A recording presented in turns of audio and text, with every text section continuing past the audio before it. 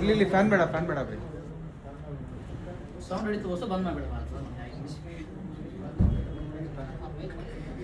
ಕಾಡುತ್ತಲ್ಲ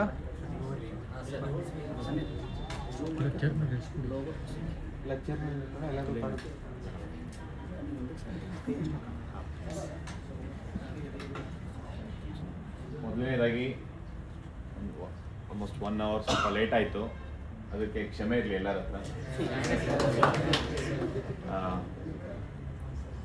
ಎಲ್ರಿಗೂ ನಮಸ್ಕಾರ. ತುಂಬ ಖುಷಿ ಆಯಿತು ಜೇವರ್ಗಿ ಬರ್ತೀನಿ ಅಂತ ಅಂದಾಗೆ ಎಷ್ಟೊಂದು ಜನ ಸ್ಟೂಡೆಂಟ್ಸು ರಿಯಾಕ್ಷನ್ ನೋಡಿದರೆ ಇಷ್ಟು ಜನ ಸ್ಟೂಡೆಂಟ್ಸ್ ಒಂದು 400-500 ಜನ ಸ್ಟೂಡೆಂಟ್ಸ್ ಸೇರಿ ಫಸ್ಟ್ ಟೈಮ್ ಈ ಥರ ಸ್ವಾಗತ ಮಾಡಿ ತುಂಬ ಖುಷಿ ಆಯಿತು. ನಾನು ಎಲ್ಲೂ ಈ ಥರ ಸ್ವಾಗತ ಆಗಿರ್ಬೋದು, ಸನ್ಮಾನ ಆಗಿರ್ಬೋದು, ಇದಕ್ಕೆಲ್ಲ ನಾನು ಎಲ್ಲೂ ಇಷ್ಟಪಡಲ್ಲ. ಯಾವುದೇ ಕಾರ್ಯಕ್ರಮ ಆಗಿರ್ಬೋದು, ಮದುವೆ, ಒಂದು ದೇವಸ್ಥಾನ, ಫಂಕ್ಷನ್ಸ್, ಎಲ್ಲೂ ಹೋಗಲ್ಲ. ಬರೀ ಸ್ಟೂಡೆಂಟ್ಸ್ ಎವ್ರಿ ಡೇ ಬೆಳಗ್ಗೆ ಇದ್ದರೆ ಏನಾದರೂ ಒಂದು ಸ್ಟೂಡೆಂಟ್ ಇಶ್ಯೂಸ್ ಇರುತ್ತೆ, ಇಲ್ಲ ಯಾವುದೊಂದು ಡಿಪಾರ್ಟ್ಮೆಂಟ್ ಹತ್ರ ಹೋಗೋದಾ, ಇಲ್ಲ ಸ್ಟ್ರೈಕ್ ಮಾಡೋದಾ, ಇಲ್ಲ ಏನಾದರೂ ಒಂದು ಸಮಸ್ಯೆ ಇದ್ದರೆ ಸ್ಟೂಡೆಂಟ್ಸ್ ರಿಲೇಟೆಡ್ನು ಹೋರಾಟ ಮಾಡೋದಕ್ಕಷ್ಟೇ ಯೋಚನೆ ಮಾಡ್ತಾ ಇರ್ತೀನಿ, ಪ್ಲ್ಯಾನ್ ಮಾಡ್ತೀನಿ. ಯಾವುದಾದ್ರೂ ಒಂದು ಕಾರ್ಯಕ್ರಮ ಅಂತಂದರೆ ಆ ಮೂಮೆಂಟಲ್ಲಿ ಹಲವಾರು ಪ್ರೊಟೆಸ್ಟ್ ಇರುತ್ತೆ, ಏನೋ ಸಮ ಸ್ಟೂಡೆಂಟ್ಸ್ ಇಶ್ಯೂಸ್ ಇರುತ್ತೆ. ಅಲ್ಲಿಗೆ ಹೋಗಿಲ್ಲ ಅಂತಂದರೆ ಅದು ಸಮಸ್ಯೆ ತಿರ್ಗಾ ಮತ್ತೆ ಹಂಗೆ ಉಳ್ಕೊಂಡ್ಬಿಡುತ್ತದು. ಹಾಗಾಗಿ ಯಾವುದೋ ಕಾರ್ಯಕ್ರಮ ಆಗಿರ್ಬೋದು, ಮದುವೆ, ಎಷ್ಟೊಂದು ಮದುವೆಗಳು ಎವ್ರಿ ಡೇ ಮದುವೆ ಇರುತ್ತೆ. ಸ್ಟೂಡೆಂಟ್ಸ್ ನೋಡಿದ್ರೆ ಈಗ ಆಲ್ರೆಡಿ ಸೆಲೆಕ್ಟ್ ಆಗಿರೋಂಥ ಸ್ಟೂಡೆಂಟ್ಸ್ ಇರ್ಬೋದು, ಈಗ ಫ್ರೆಂಡ್ಸು, ಸ್ನೇಹಿತರು, ಇಂಥವ್ರದ್ದು ಫ್ಯಾಮಿಲಿ ಇರ್ಬೋದು, ಏನೇ ಇದ್ರೂ ಯಾವುದಕ್ಕೂ ಹೋಗ್ತಿರ್ಲಿಲ್ಲ ಕಾರ್ಯಕ್ರಮ.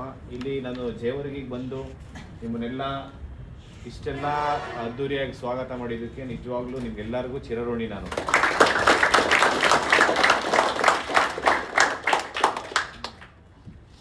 ನಿಮಗೆಲ್ಲ ಗೊತ್ತಿರೋದೆ ವಿಚಾರ ಏನಂತಂದರೆ, ಸೆಲೆಬ್ರೇಷನ್ಗಿಂತ ಈ ಒಂದು ಮೂಮೆಂಟಲ್ಲಿ ನಮ್ಮ ರಕ್ತ ಕುದಿಬೇಕು ಸರ್ಕಾರದ ವಿರುದ್ಧ. ಆ ಸನ್ನಿವೇಶಕ್ಕೆ ತಗೊಂಬಂದಿದ್ದಾರೆ ಸರ್ಕಾರ, ಹೌದಾ ಇಲ್ವಾ? ಈಗ 1 ದಿನ 2 ದಿನ ಇಲ್ಲ ಯಾವ್ದಾರ ಒಂದು ಕೆಲ್ಸಕ್ಕೆ ಹೋದ್ರೂ 1 ತಿಂಗಳು ಸ್ಯಾಲ್ರಿ ಕೊಟ್ಟಿಲ್ಲ ಅಂತಂದ್ರೆ ಅಲ್ಲೇ ಒಂದು ಫ್ಯಾಕ್ಟ್ರಿ ಮುಂದೆ ಇರ್ಬೋದು, ಒಂದು ಪ್ರೈವೇಟ್ ಇರಲಿ ಗೌರ್ಮೆಂಟ್ ಇರಲಿ, ಪ್ರೊಟೆಸ್ಟ್ ಮಾಡ್ತೀವೋ ಇಲ್ವಾ? ಈಗ ಸರ್ಕಾರದಲ್ಲಿ ಇರೋಂಥ ಅಧಿಕಾರಿಗಳಿಗೆ ಒಂದು 3 ತಿಂಗಳು ಸ್ಯಾಲ್ರಿ ಕೊಟ್ಟಿಲ್ಲ ಅಂದ್ರೆ ಏನ್ ಮಾಡ್ತಾರೆ ಅವರು? ಪ್ರೊಟೆಸ್ಟ್ ಮಾಡ್ತಾರಲ್ವಾ? ಆಬ್ವಿಯಸ್ಲಿ ಮಾಡಬೇಕು, ಯಾಕೆಂದ್ರೆ ಮಾಡಿಲ್ಲ ಅಂತಂದ್ರೆ ವಿಧಿನೇ ಇಲ್ಲ, ಅವ್ರಿಗೆ ಹೊಟ್ಟೆ ತುಂಬಲ್ವಲ್ಲ, ಅದ್ರ ಮೇಲೆ ಡಿಪೆಂಡ್ ಆಗಿರ್ತಾರೆ. ಈ ಒಂದು ವಿಚಾರನೂ ಅಷ್ಟೇ, ಕಳೆದ ಸುಮಾರು 5-6 ವರ್ಷದಿಂದ ಯಾವುದೋ ರೆಕ್ರೂಟ್ಮೆಂಟ್ ಆಗ್ತಾ ಇಲ್ಲ. ಆಗಿದ್ಯಾ? ನಾನು ಈ ಸರ್ಕಾರ ಬರೋದಕ್ಕೆ ಮುಂಚೆ 3 ವರ್ಷ ಮುಂಚೆ 2.5 ಲಕ್ಷ ವೇಕೆನ್ಸಿ ಇತ್ತು, 2,50,000 ವೇಕೆನ್ಸಿ ಇತ್ತು, ಇರ್ಲಿಲ್ಲ. ಈ ಕಾಂಗ್ರೆಸ್ ಸರ್ಕಾರ ಪ್ರಣಾಳಿಕೆಯಲ್ಲಿ ಏನ್ ಹೇಳಿದ್ರು? ಬಂದು 1 ವರ್ಷದಲ್ಲಿ 1 ಲಕ್ಷ ವೇಕೆನ್ಸಿ ಫಿಲ್ ಮಾಡ್ತೀನಿ ಅಂತ ಹೇಳಿರಲಿಲ್ಲ? ಹೇಳಿದ್ರಲ್ಲ. ಈಗ 3 ವರ್ಷ ಕಂಪ್ಲೀಟ್ ಆಗ್ತಾ ಇದೆ. ನಾನು ಅವರಿಗೆ ಸರ್ಕಾರಕ್ಕೆ ಏನ್ ಮನವಿ ಮಾಡ್ಕೊಂತ ಇದೀವಿ, ಯಾವ ರೀತಿ ನಾವು ಡಿಮ್ಯಾಂಡ್ ಮಾಡ್ತಿದೀವಿ ಅಂತಂದ್ರೆ, ನೀವೇನ್ ಆಶ್ವಾಸನೆ ಕೊಟ್ಟಿದ್ದೀರಾ ಅದನ್ನ ಈಡೇರಿಸಿ ಅಂತ. ಇಲ್ಲಿ ನೀವು 1 ಲಕ್ಷ ವೇಕೆನ್ಸಿ ಕಾಲ್ ಮಾಡ್ತೀನಿ ಅಂತಂದಾಗ ಇಲ್ಲಿ ಲಕ್ಷಾಂತರ ವಿದ್ಯಾರ್ಥಿಗಳು ಪ್ರೈವೇಟ್ ಜಾಬ್ ಹೋಗೋದ್ ಬಿಟ್ಟು ಗೌರ್ಮೆಂಟ್ ಜಾಬ್ ತಗೊಳ್ಳೋಣ, ಸಾಕಷ್ಟು ರೆಕ್ರೂಟ್ಮೆಂಟ್ ಆಗುತ್ತೆ ಅಂತ ಹೇಳ್ಬಿಟ್ಟು ನೀವೆಲ್ಲ ಸ್ಟೂಡೆಂಟ್ಸ್ ಕಾಯ್ತಾ ಇದ್ದೀರಾ ಇಲ್ವಾ? 3 ವರ್ಷದಿಂದ ಒಂದು ನೋಟಿಫಿಕೇಶನ್ ಆಗುತ್ತೆ ಅಂತ ಹೇಳ್ಬಿಟ್ಟು ಯಾವುದೂ ಆಗಿಲ್ಲ. ಆಗಿದ್ಯಾ? 2,84,000 ಖಾಲಿ ಹುದ್ದೆ ಇದೆ ಇವಾಗ 43 ಇಲಾಖೆಯಿಂದ. 2,84,000 ಖಾಲಿ ಹುದ್ದೆ. ಇವತ್ತು ಟೀಚರ್ ವೇಕೆನ್ಸಿ 80,000 ಇದೆ. ಎಷ್ಟು? 80,000 ಖಾಲಿ ಹುದ್ದೆ ಇದೆ. PSTR, GPSTR, HSTR, assistant professor ಇರ್ಬೋದು, PU ಲೆಕ್ಚರರ್ ಇರ್ಬೋದು, ದೈಹಿಕ ಶಿಕ್ಷಕರು ಇರ್ಬೋದು, ಸಂಗೀತ ಟೀಚರ್ಸು, ಕಂಪ್ಯೂಟರ್ ಟೀಚರ್ಸು, ಈ ಒಂದು ಬ್ಯಾಕಪ್ ಸ್ಕೋರ್ ರಿಮೂವ್ ಮಾಡಿಸೋದಕ್ಕೆ ಸಾಕಷ್ಟು 3 ವರ್ಷ ಪ್ರಯತ್ನ ಪಟ್ಟಿರ್ಬೇಕು, ಗೊತ್ತಿರ್ಬೇಕು ನಿಮ್ಗೆಲ್ಲರಿಗೂ. 3 ವರ್ಷ ಆದ್ಮೇಲೆ ಅದನ್ನ ಇವಾಗ ಜಾರಿಗೆ ತಗೊಂಡ್ಬಂದಿದ್ದಾರೆ. ಅದರಲ್ಲಿ ಶಿಕ್ಷಣ ಸಚಿವರು ಮಧು ಬಂಗಾರಪ್ಪ ಸರ್ ಅವರು ನಿಜವಾಗ್ಲೂ ನನ್ನ ಹತ್ರ 300 ಸ್ಟೇಟ್ಮೆಂಟ್ಸ್ ಇದೆ. ಈಗೇನ್ 1000 ದಿನ ಕಂಪ್ಲೀಟ್ ಮಾಡಿದೆಯಲ್ಲ ಸರ್ಕಾರ, ಅದರಲ್ಲಿ 3 ದಿನಕ್ಕೆ ಒಂದೊಂದು ಸುಳ್ಳು ಹೇಳಿದ್ದಾರೆ ಅವರು. 3 ದಿನಕ್ಕೆ ಒಂದೊಂದು ಸುಳ್ಳು. 300 ಸ್ಟೇಟ್ಮೆಂಟ್ಸ್ ನನ್ನ ಹತ್ರ ಪೇಪರ್ ಬಂಡಲ್ ಇದೆ. ಅವ್ರು ಪ್ರತಿ ಮಾಧ್ಯಮದ ಮುಖಾಂತರ ಬರ್ತಾರೆ, ಇಲ್ಲ ಯಾವ್ದಾದ್ರು ಕಾರ್ಯಕ್ರಮ ಹೋದಾಗೂ ಇನ್ನು 2 ದಿನದಲ್ಲಿ, 2 ತಿಂಗಳಲ್ಲಿ, ಮುಂದಿನ ತಿಂಗಳು, ಮುಂದಿನ ವಾರ, ಅತಿ ಶೀಘ್ರದಲ್ಲಿ 5,000 ವೇಕೆನ್ಸಿ, 10,000 ವೇಕೆನ್ಸಿ, 20,000 ವೇಕೆನ್ಸಿ, 30,000 ವೇಕೆನ್ಸಿ ಅಂತ ಹೇಳ್ಕೊಂಡು ಇಲ್ಲಿವರೆಗೂ ಅವ್ರು ಬಂದಾಗಿಂದ ಒಂದೇ ಒಂದು ಜಾಬ್ ಯಾರಿಗಾದ್ರೂ ಕೊಟ್ಟಿದಾರ? ಒಂದು ಜಾಬ್, ಸಿಂಗಲ್ ವೇಕೆನ್ಸಿ ಫಿಲ್ ಮಾಡಿಲ್ಲ. GPSTR ನೋಟಿಫಿಕೇಶನ್ ಆಗಿರೋದು 2022ರಲ್ಲಿ. ಇವ್ರು ಬಂದ್ಮೇಲೆ ಅವರು ಆರ್ಡರ್ ಕಾಪಿ ಕೊಟ್ಟಿದ್ದಾರೆ ಅಷ್ಟೇ. ಇದನ್ನ ನಾನೇ ಮಾಡಿದ್ದೀನಿ 13,000 ಪೋಸ್ಟ್ ಅಂತಂದ್ರೆ ಯಾರಾದ್ರೂ ನಂಬ ಮಾತಾ ಇದು? ಅದೇ ರೀತಿ ನೀವು ಪೊಲೀಸ್ ಇಲಾಖೆ ಅಂತ ಬಂದ್ರೆ ಸುಮಾರು 30,000 ವೇಕೆನ್ಸಿ ಇದೆ. 30,000 ವೇಕೆನ್ಸಿ ಇವತ್ತು ಪೊಲೀಸ್ ಆಗ್ಬೇಕು ಅಂತ ಹೇಳ್ಬಿಟ್ಟು ಅಂದ್ರೆ within A short span of time ಅಲ್ಲಿ 1 year ಜಾಬ್ ತಗೊಳ್ಳೋಂಥದ್ದು ಪೊಲೀಸ್ ಹುದ್ದೆ, ಪೊಲೀಸ್ ಕಾನ್ಸ್ಟೇಬಲ್. ಅದರಲ್ಲೂ ಈ ಕಲ್ಯಾಣ ಕರ್ನಾಟಕ ಇರ್ಬೋದು, ನಾರ್ತ್ ಕರ್ನಾಟಕ ಭಾಗದಲ್ಲಿ ಮೆಜಾರಿಟಿ ಸ್ಟೂಡೆಂಟ್ಸ್ ಒಂದು ಜಾಬ್ ತಗೊಳ್ಳೋಣ, ಇಲ್ಲಿ ಒಂದು PC ಆದ್ರೆ ಅಲ್ಲಿ ಒಂಥರ DC ರೇಂಜಿಗೆ ಸೌತಲ್ಲಿ, ಹೌದಾ?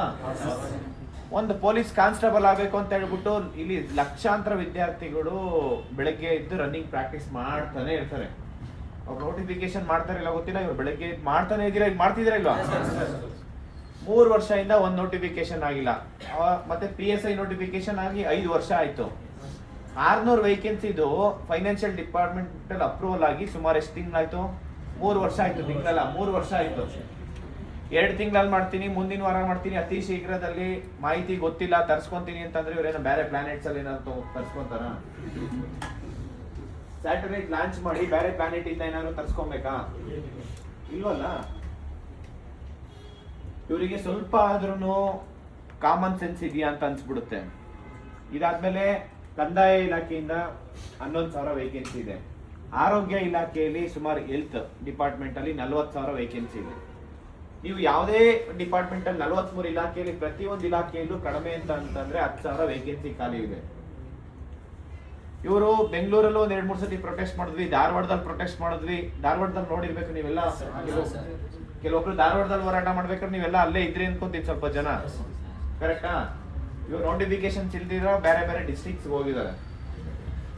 ಧಾರವಾಡದಲ್ಲಿ 50,000 ರಿಂದ 60,000 ಜನ ಸ್ಟೂಡೆಂಟ್ಸ್ ಸೇರಿ ಹೋರಾಟ ಮಾಡಿದ್ವಿ. ಬಿಜಾಪುರದಲ್ಲಿ 15,000 ರಿಂದ 20,000 ಜನ ಸ್ಟೂಡೆಂಟ್ಸ್ ಸೇರಿ ಹೋರಾಟ ಮಾಡಿದ್ವಿ. ಅದಾದ್ಮೇಲೆ ನಮಗೆ ಬೆಳಗಾವಿ ಧಾರವಾಡ ಪರ್ಮಿಷನ್ಸ್ ಕೊಟ್ಟಿರ್ಲಿಲ್ಲ. ಕೋರ್ಟ್ ಮುಖಾಂತರ ಮತ್ತೆ ಅಲ್ಲಿ ಇರೋ ಕಮಿಷನರ್ಸ್ ಕೂಡ ಶಶಿಕುಮಾರ್ ಸರ್ ಕೂಡ ಸಪೋರ್ಟ್ ಮಾಡಿ ಒಂದು ಮಾನ್ಯ ಮುಖ್ಯಮಂತ್ರಿ ಸಿದ್ದರಾಮಯ್ಯ ಸರ್ಗೆ ಭೇಟಿ ಮಾಡಿ 5 ವರ್ಷ ವಯೋಮಿತಿ ಏಜ್ ರಿಲ್ಯಾಕ್ಸೇಷನ್ ಕೊಟ್ಟಿದ್ದಾರೆ. ಅದ್ರಲ್ಲಿ ಇನ್ಕ್ಲೂಡಿಂಗ್ ಪೊಲೀಸ್ ಇಲಾಖೆಗೂ ಅನ್ವಯ ಆಗುತ್ತೆ. ಎಷ್ಟೋ ಜನಕ್ಕೆ ನಿಮ್ಗೆಲ್ಲ ಏಜ್ ಕ್ಲಾಸ್ ಆಗಿತ್ತಾ ಇಲ್ವಾ? ಆಗಿತ್ತಾ ಅಲ್ಲ? ಅದರಲ್ಲಿ 5 ವರ್ಷ ವಯೋಮಿತಿ ನಾವು ತುಂಬಾ ರಿಕ್ವೆಸ್ಟ್ ಮಾಡಿ ಅಂತ ಹೇಳಿದಕ್ಕೆ ಅವತ್ತು ಮಾತು ಕೊಟ್ಟಿದ್ರು. 5 ವರ್ಷ ವಯೋಮಿತಿ ಏಜ್ ರಿಲ್ಯಾಕ್ಸೇಷನ್ ಕೊಟ್ಟಿದ್ದಾರೆ. ಅದಾದ ನಂತರ ಅವತ್ತೇ ಹೇಳಿದ್ರು ಅವರು 56,000 ಪೋಸ್ಟ್ ಇಮಿಡಿಯೇಟ್ ನೋಟಿಫಿಕೇಶನ್ಸ್ ಮಾಡ್ತೀವಿ ಅಂತ ಹೇಳ್ಬಿಟ್ಟು 1.5 ತಿಂಗಳು ನಾನೇನು ಮಾತಾಡಿರ್ಲಿಲ್ಲ. ಮಾಡ್ತಾರೆ ಅಂತ, ಯಾಕೆಂದ್ರೆ ಪ್ರಾಮಿಸ್ ಕೊಟ್ಟಿದ್ರಲ್ಲ. ಏಜ್ ರಿಲ್ಯಾಕ್ಸೇಷನ್ ಬಗ್ಗೆ ಫಾಲೋ ಅಪ್ ಮಾಡ್ತಾನೆ ಇದ್ದೆ. ಏಜ್ ರಿಲ್ಯಾಕ್ಸೇಷನ್ ಆಯ್ತು. ಅದಾದ್ಮೇಲೆ ರಿಕ್ರೂಟ್ಮೆಂಟ್ ಆಗುತ್ತೆ ಅಂತ 1.5 ತಿಂಗಳು ವೆಯ್ಟ್ ಮಾಡಿದೆ, ಆಗಲಿಲ್ಲ. ಮತ್ತೆ ಈ ಡಿಪಾರ್ಟ್ಮೆಂಟ್ ಅಲ್ಲಿ ಹೋಗಿ ಕೇಳಿದ್ದಕ್ಕೆ ಅಧಿಕಾರಿಗಳು ಇರ್ಬೋದು, ಅಲ್ಲಿ ಡಿಪಾರ್ಟ್ಮೆಂಟ್ ಅಲ್ಲಿ ಗೊತ್ತಿರೋರೆಲ್ಲರೂ ನೀವು ಪ್ರೊಟೆಸ್ಟ್ ಮಾಡಿಲ್ಲ, ನೀವು ಪ್ರೆಸರ್ ಹಾಕ್ಲಿಲ್ಲ ಅಂತಂದ್ರೆ ಇವರು ರಿಕ್ರೂಟ್ಮೆಂಟ್ ಇನ್ನು 1 ವರ್ಷ ಆದ್ರೂ 2 ವರ್ಷ ಆದ್ರೂ ಮಾಡಲ್ಲ ಅನ್ನೋ ತರ ಇತ್ತು. ಅದಾದ್ಮೇಲೆ ನಾವು 12ನೇ ತಾರೀಕು ಕೋರ್ಟ್ ಕೇಸ್ ಇತ್ತು. ಮೊನ್ನೆ ಫೆಬ್ರವರಿ 12ನೇ ತಾರೀಕು ಕೋರ್ಟ್ ಕೇಸ್ ಇತ್ತು. 1 ವಾರ ಮುಂಚೆನೆ ಗೊತ್ತಿತ್ತು ಇವ್ರು AG ಅವ್ರ ಗಡ್ಸಲ್ಲ, ಅಟೆಂಡ್ ಮಾಡ್ಸಲ್ಲ ಅಂತ ಹೇಳಿ. ಅದಕ್ಕೆ 11ನೇ ತಾರೀಕು ನಾವು ಪ್ರೊಟೆಸ್ಟ್ ಮಾಡಿದ್ವಿ. ಸುಮಾರು 1,2,000 ಜನ ಫ್ರೀಡಮ್ ಪಾರ್ಕಲ್ ಸೇರಿದ್ರು, ಹೌದಾ ಇಲ್ವಾ? ಆ 1,2,000 ಜನ ಸೇರಿ ಹೋರಾಟ ಮಾಡಿದ್ರು ಕೂಡ ನೆಕ್ಸ್ಟ್ ಡೇ ಅವ್ರು ಅಷ್ಟು ಸೀರಿಯಸ್ ಆಗಿ ತಗೊಂಡಿಲ್ಲ. ಅವರು ತಗೊಂಡಿದಾರಾ? AG ಅವ್ರು ಅಟೆಂಡ್ ಆಗಿಲ್ಲ, ಕೇಸ್ ಪಾಸ್ ಓವರ್ ಆಯ್ತು. ಅಟ್ಲೀಸ್ಟ್ ಯಾರಾದ್ರೂ ಜೂನಿಯರ್ಸ್ ಆದ್ರೂ ಕೇಳಿ ಒಂದು ಶಾರ್ಟ್ ಡೇಟ್ ತಗೊಂಬೋದಾಯ್ತು. ಇಲ್ಲ, ಅದಕ್ಕೆಲ್ಲದಕ್ಕೆ ಹೆಚ್ಚಾಗಿ ಈ ಯಾವುದೇ ಒಂದು ಸರ್ಕಾರ, ಈಗ ಯಾರು ತಪ್ಪು ಮಾಡಿರೋದು ಯಾರು? ಇದನ್ನ ಕೋರ್ಟ್ ಕೇಸ್ ಹೋಗಿ ಸರ್ಕಾರ ಯಾವುದೇ ಒಂದು ಬಿಲ್ ಪಾಸ್ ಮಾಡಿ ಆಕ್ಟ್ ಮಾಡಂತ ಕೆಲಸ ಯಾರಿಗಿರುತ್ತದು? ಸರ್ಕಾರಕ್ಕೆ. ಲೆಜಿಸ್ಲೇಟಿವ್, ಸ್ಟೇಟ್ ಅಂತ ಬಂದ್ರೆ ಲೆಜಿಸ್ಲೇಟಿವ್ ಇರುತ್ತೆ, ಸೆಂಟರ್ಲಿ ಪಾರ್ಲಿಮೆಂಟ್ ಅಂತ ಹೇಳ್ತೀವಿ. ಈ ಲೆಜಿಸ್ಲೇಟಿವ್ ಪವರ್ ಇವ್ರು ಮಾಡಿರೋ ಮಿಸ್ಟೇಕ್ಸ್ ನ ಜುಡಿಷಿಯರಿ ಮೇಲೆ ಹೋಗ್ಬಿಟ್ಟು ಕೋರ್ಟ್ ಅಲ್ಲಿ ಇದೆ ಅಲ್ಲಿ ನಾವು ಬಂದ್ಮೇಲೆ ನೋಡ್ತೀವಿ ಅಂತಂದ್ರೆ, ಮತ್ತೆ ಇವ್ರನ್ನ ಯಾಕೆ ಎಲೆಕ್ಟ್ ಮಾಡಿದೀವಿ ನಾವು? ಇವ್ರನ್ನ ಎಲೆಕ್ಟ್ ಮಾಡಿ ಸರ್ಕಾರ ಏನಕ್ಕೆ ತಗೊಂಡ್ಬಂದಿದೀವಿ ಅದು ಹೇಳಿ. ಇಲ್ಲಿ ನಮ್ಮ ರಾಜ್ಯದಲ್ಲಿ ಸುಮಾರು 15 ರಿಂದ 20 ಲಕ್ಷ ಜನ ಸ್ಟೂಡೆಂಟ್ಸ್ ಇದಾರ ಇಲ್ವಾ? 15-20 ಲಕ್ಷ ಜನ ಅಂತಂದ್ರೆ ಅವ್ರ ಫ್ಯಾಮಿಲೀಸ್ ಎಲ್ಲ ಸೇರಿದ್ರೆ ಸುಮಾರು 1,20,00,000 ಜನ ಪಾಪ್ಯುಲೇಷನ್ಸ್ ಆಗುತ್ತೆ. ಈ 1 ಕೋಟಿ ಪಾಪ್ಯುಲೇಷನ್ ಒಬ್ರಿಗೆ ಇನ್ಫ್ಲೂಯೆನ್ಸ್ ಮಾಡಿದ್ರು 2-3 ಕೋಟಿ ಜನಕ್ಕೆ ಹೇಳ್ಬೋದು, ಇಲ್ಲ ನಮ್ಗೆ ಅನ್ಯಾಯ ಆಗ್ತಾ ಇದೆ ಅಂತ ಹೇಳಿ. ಈಗ ನಿಮ್ಗೆಲ್ಲ ಅನ್ಯಾಯ ಆಗಿಲ್ವಾ? ಏನ್ ಗ್ಯಾರಂಟೀಸ್ ಕೊಡ್ತಿದ್ದಾರೆ? 2,000 ನಾವೇ 2,000 ಸೇರಿಸ್ಕೊಡ್ತೀವಿ, ನೀವು ರಿಕ್ರೂಟ್ಮೆಂಟ್ ಮಾಡಿ, ಬೇಡ ಅಂತ ಹೇಳಲಿಲ್ಲ. ಕರೆಕ್ಟಾ? ನೀವು ಫ್ರೀ ನಮಗೆ 1,500 ಯುವ ನಿಧಿ ಅಂತ ಹೇಳಿದ್ರೆ ಇಷ್ಟು ಜನ ಇದಿರಲ್ಲ, ಯಾರಿಗಾದ್ರೂ ಒಬ್ರಿಗೆ ಬಂದಿದ್ಯಾ? ಬಂದಿದ್ರೆ ನಿಮ್ಗೆ 1-2 ತಿಂಗಳು ಯಾರೋ 100ಕ್ಕೆ ಒಬ್ರಿಗೆ ಅದು ಡಿಪ್ಲೊಮಾ ಓಡೋರ್ ಬರೀ 1,500 ಅಂತೆ. ಅದು ಏನೋ 2 ವರ್ಷ ಆಗಿರ್ಬೇಕು ಆಲ್ರೆಡಿ, ಅವರು ಅನ್ಎಂಪ್ಲಾಯ್ಡ್ ಆಗಿರ್ಬೇಕು. ಇವರು ಇನ್ನು ಅನ್ಎಂಪ್ಲಾಯ್ಡ್ನ ಇವರು ಫ್ಯಾಕ್ಟ್ರಿಯಾಗಿ ಕನ್ವರ್ಟ್ ಮಾಡ್ತಿದ್ದಾರೆ ಅಷ್ಟೇ ಹೊರತು ಇವರು ನಿಜವಾಗ್ಲೂ ಜಾಬ್ ಕೊಡ್ಬೇಕಂತ ಇಲ್ಲ ಅವ್ರ ಉದ್ದೇಶ. ಹಂಗಾಗಿ ನಾವು ಈ ಒಂದು ಹೋರಾಟ ಹೆಂಗೆ ಅಂತಂದ್ರೆ, ಎಲ್ಲ ಯುವಕರು ಪ್ರತಿಯೊಂದು ಜಿಲ್ಲೆ ಇರ್ಬೋದು, ತಾಲೂಕ್ ಇರ್ಬೋದು, ನಾವು ಯೂತ್ಸ್ ಮನ್ಸ್ ಮಾಡಿದ್ರೆ ಏನ್ ಬೇಕಾದ್ರೂ ಮಾಡ್ಬೋದು. ಹೌದಾ ಇಲ್ವಾ? ಯಾವ ಪಕ್ಷ ಬೇಕಾದ್ರೂ ಅಧಿಕಾರಕ್ಕೆ ತರ್ಬೋದು, ಯಾವ ವ್ಯಕ್ತಿ ಬೇಕಾದ್ರೂ ಆ ಅಧಿಕಾರನ ಕಿತ್ಕೊಬಹುದು, ಮತ್ತೆ ಸರ್ಕಾರನೇ ಉಲ್ಡಿಸ ಅಂತ ಕೆಲಸ ಮಾಡ್ಬೋದು, ಸರ್ಕಾರಕ್ಕೆ ಎಚ್ಚರಿಕೆ ಕೊಡೋ ಅಂತ ಕೆಲಸ ಮಾಡ್ಬೋದು. ಇಷ್ಟೆಲ್ಲ ಅಧಿಕಾರ ಯಾರಿಗಿದೆ? ಯುವಕರಿಗಿದೆ. ಯಾಕೆಂತಂದ್ರೆ ಅದು ಕಾನ್ಸ್ಟಿಟ್ಯೂಷನ್, ಬಾಬಾ ಸಾಹೇಬ್ ಅಂಬೇಡ್ಕರ್ ಅವ್ರು ಕೊಟ್ಟಿರೋಂಥ ಸಂವಿಧಾನದಲ್ಲಿ ಎಲ್ಲನೂ ಅದರಲ್ಲಿ ನೀಟಾಗಿ ಬರ್ದಿದ್ದಾರೆ. Fundamental rights, peaceful assemble, peaceful protest, ಎಲ್ಲನೂ ಫಂಡಮೆಂಟಲ್ ರೈಟ್ಸ್ ಅಲ್ಲಿ ಕೊಟ್ಟಿರೋ ಅಂಥದ್ದು. ನಾವು ಕೇಳ್ತಾ ಇರೋದು ನಮ್ಮ ರೈಟ್ಸ್ ಕೇಳ್ತಾ ಇದೀವಿ. ಈವನ್ ರೈಟ್ ಟು ಎಂಪ್ಲಾಯ್ಮೆಂಟ್ ಅನ್ನೋದು ಇಟ್ಸ್ ಆಪರ್ಚುನಿಟೀಸ್. ನಾವು ನಿಮಗೆ ಸರ್ಕಾರಕ್ಕೆ ಜಾಬ್ ಕೊಡಿ ಅಂತ ಕೇಳ್ತಾ ಇಲ್ಲ, ನಮ್ಗೊಂದು ಆಪರ್ಚುನಿಟೀಸ್ ಕೊಡಿ ಅಂತ ಕೇಳ್ತಾ ಇರೋದು. ನೀವು ಡೈರೆಕ್ಟ್ ಜಾಬ್ ಕೇಳ್ತಾ ಇದ್ದೀರಾ ಸರ್ಕಾರಕ್ಕೆ? ಹೇಳಿ. ಇವತ್ತೇನಾಗ್ತಿದೆ ಅಂತಂದ್ರೆ ಅನ್ಎಂಪ್ಲಾಯ್ಮೆಂಟ್ ಜಾಸ್ತಿ ಆಗ್ತಾ ಇದೆ. ನೀವು ನೋಡಿ, ಸ್ಕೂಲ್ ನಿನ್ನೆ 1-2 ದಿನ ಮುಂಚೆ 676 ಸ್ಕೂಲ್ ಬಂದ್ ಮಾಡಿದ್ದಾರೆ ಇಲ್ವಾ? ಇವತ್ತು ಯಾಕೆ ಸ್ಕೂಲ್ ಬಂದ್ ಮಾಡಿದಾರೆ ಅಂತಂದ್ರೆ, ಬಿಕಾಸ್ ಅಡ್ಮಿಷನ್ ಆಗ್ತಾ ಇಲ್ಲ. ಗೌರ್ಮೆಂಟ್ ಸ್ಕೂಲು ಕಾಲೇಜಸ್ಗೆ ಅಡ್ಮಿಷನ್ ಆಗ್ತಾ ಇಲ್ಲ. ಎವ್ರಿ ಇಯರ್ ಡಿಕ್ರೀಸ್ ಆಗ್ತಾ ಇದೆ. ಆಸ್ ಪರ್ ಪಾಪ್ಯುಲೇಷನ್ ಪ್ರಕಾರ ಪಾಪ್ಯುಲೇಷನ್ ಎವ್ರಿ ಇಯರ್ ಜಾಸ್ತಿ ಆಗ್ತಿದೆಯಾ ಕಡಿಮೆ ಆಗ್ತಿದ್ಯಾ?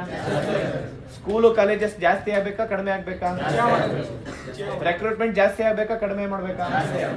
ಇವತ್ತಿನ ದಿನ ನಾವು ಸ್ಕೂಲು ಕಾಲೇಜಸ್ ಹೋಗ್ತಾ ಇದ್ರೆ ನಾಳೆ ದಿನ ಎಲ್ಲ ಪ್ರೈವೇಟೈಸೇಷನ್, ಎಲ್ಲ ಅವ್ರದೇ ಇರುತ್ತೆ. MLA, ಮಿನಿಸ್ಟರ್ಸ್, ಇಲ್ಲಿ ಕಾರ್ಪೊರೇಟರ್ ಮೆಂಬರ್ಸ್ ಏನಿದ್ದಾರೆ ಅವರವೇ ಸ್ಕೂಲ್ ಇರ್ತವೆ, ಅವರವೇ ಕಾಲೇಜಸ್ ಇರುತ್ತೆ.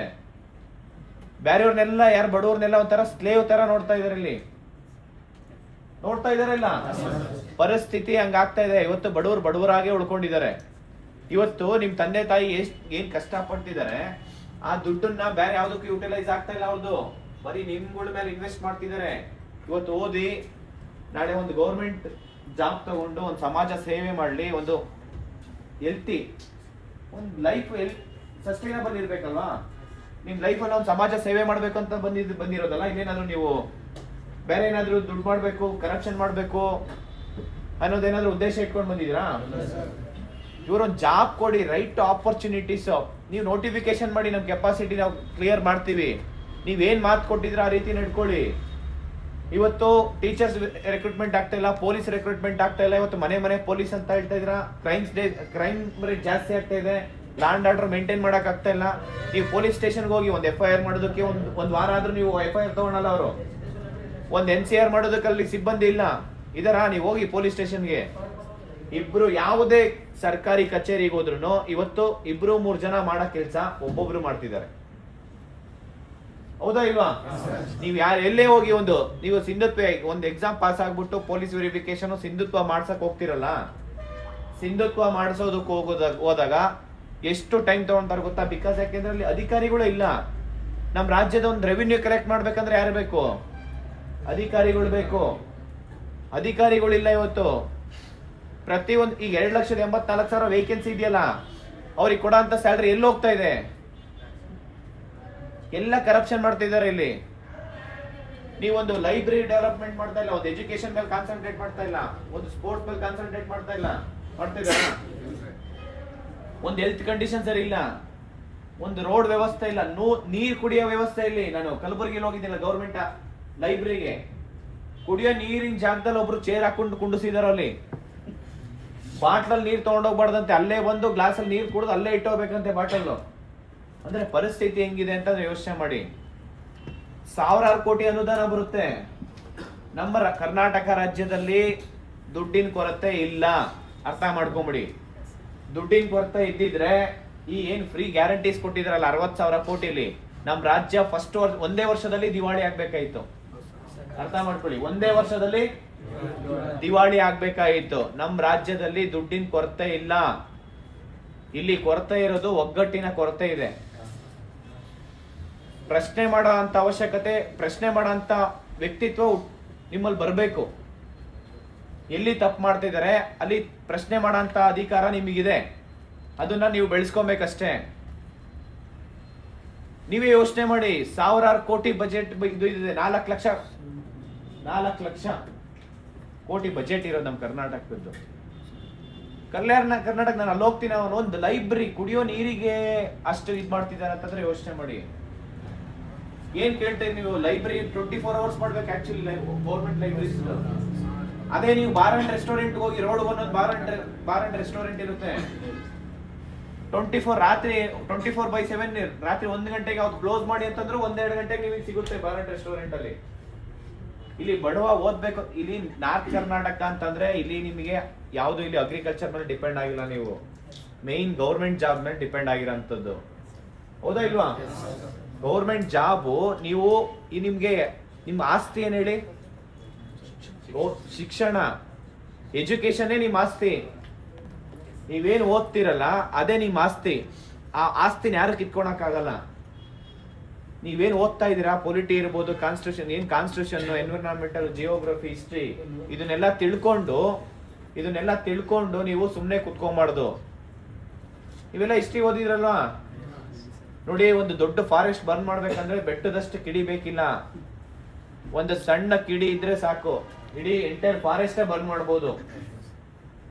ನೀವು ಅರ್ಥ ಮಾಡ್ಕೊಳ್ಳಿ, ಪ್ರತಿ ಒಬ್ರು ಒಗ್ಗಟ್ಟಾಗ್ಬೇಕು. ಇಲ್ಲ ಅಂತಂದ್ರೆ ನಮ್ಮ ಸರ್ಕಾರ ದಪ್ಪ ಚರ್ಮ. ಈಗ ನಾವು ಧಾರವಾಡದಲ್ಲಿ ಹೋರಾಟ ಮಾಡಿದ್ದು ಕೆಲವು ಒಂದು ವೇಕೆನ್ಸಿ ನೋಟಿಫಿಕೇಶನ್ ಆಗಿದ್ದು, ಅದನ್ನ ಜನವರಿಯಲ್ಲಿ ಎಕ್ಸಾಮ್ ಕಂಡಕ್ಟ್ ಮಾಡಿದ್ರು. ಅಷ್ಟು ಶಾರ್ಟ್ ಟೈಮ್. ಅವಾಗ ಸಮಸ್ಯೆ ಇರ್ಲಿಲ್ವಾ?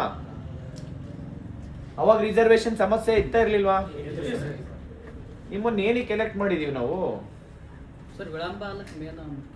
ಮುಖ್ಯ ಕಾರಣ ಇವರು ನೆಪ ಹೇಳ್ತಿದಾರೆ ಅಷ್ಟೇ, ಬೇರೆ ಇನ್ನೇನಿಲ್ಲ. ಕೋರ್ಟ್ ಈಗ ರಿಸರ್ವೇಶನ್ ಇಶ್ಯೂಸ್ ಇವಾಗಿಂದಲ್ಲ, ಮೊದಲಿಂದಾನೇ ಇದೆ. 3 ವರ್ಷ ಮುಂಚೆನೂ ಇತ್ತು. ರಿಸರ್ವೇಶನ್ ಸಬ್ಜೆಕ್ಟ್ ಕೋರ್ಟ್ ಕಂಡೀಷನ್ ಆದ್ರೂ ಹಾಕೋಬೇಕು. ಇಲ್ಲಾಂದ್ರೆ ಏನು ಕಾನೂನು ರೀತಿಯಲ್ಲಿ ಏನೇನು ಸಮಸ್ಯೆ ಇದಾವೆ ಅದನ್ನ ಲೆಜಿಸ್ಲೇಟಿವ್ ಕೊಟ್ಟಿದೀವಿ ನಾವು ಅವ್ರಿಗೆ ಪವರ್. ರಾತ್ರಿ ಒಂದು ಬಿಲ್ ಪಾಸ್ ಮಾಡಿ ಆಕ್ಟ್ ಮಾಡ್ಕೊಳ್ಳಿ. ಇದನ್ನ ಇವಾಗ ಇಂದಿನ ತಾಂತ್ರಿಕ ಯುಗದಲ್ಲಿ ಸರಳವಾಗಿ ಮಾಡ್ತಕ್ಕಂಥ ಕಾರ್ಯ ಸರ್ಕಾರ.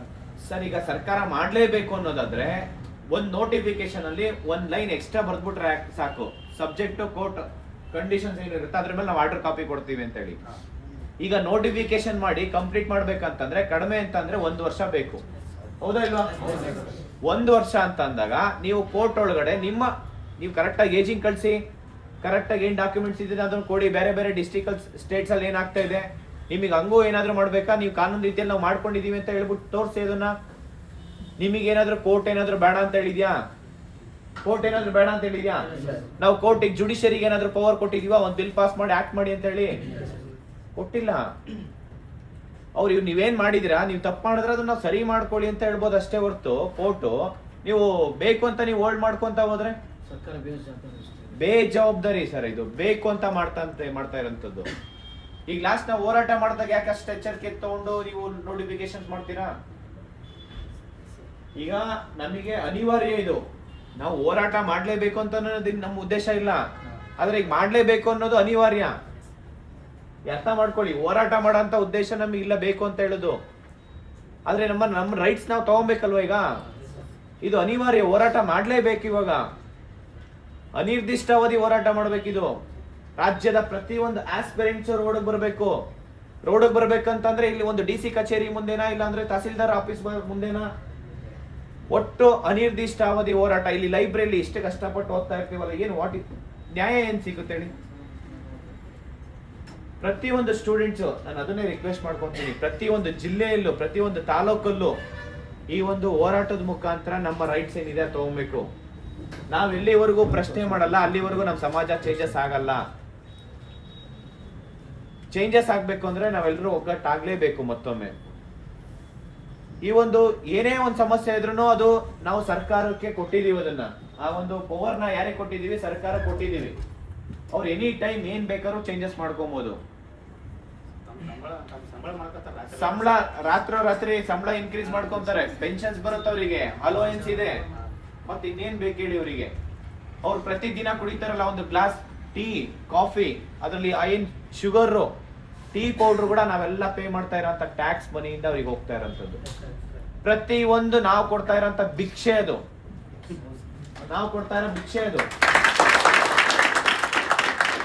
ಅವ್ರ ಮನೆಯಿಂದ ಏನೂ ತಗೊಂಡ್ಬರ್ತಾ ಇಲ್ಲ, ಪ್ರತಿ ಒಂದನು ಚಪ್ಪಲಿಂದ ಹಿಡಿದು ಕುಡಿಯೋ ನೀರ್ ತನಕ ನಾವು ಕೊಡ್ತಾ ಇರೋಂಥ ಭಿಕ್ಷೆ ಅದು.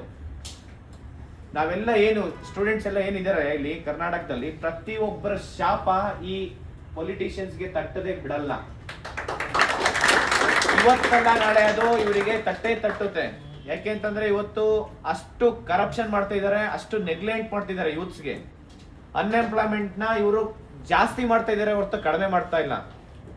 ನಾನು ಹೇಳಿದೆ ಇಲ್ಲೇ ಕಲ್ಯಾಣ ಕರ್ನಾಟಕದಲ್ಲಿ ಒಂದಷ್ಟು ಫ್ಯಾಕ್ಟ್ರೀಸ್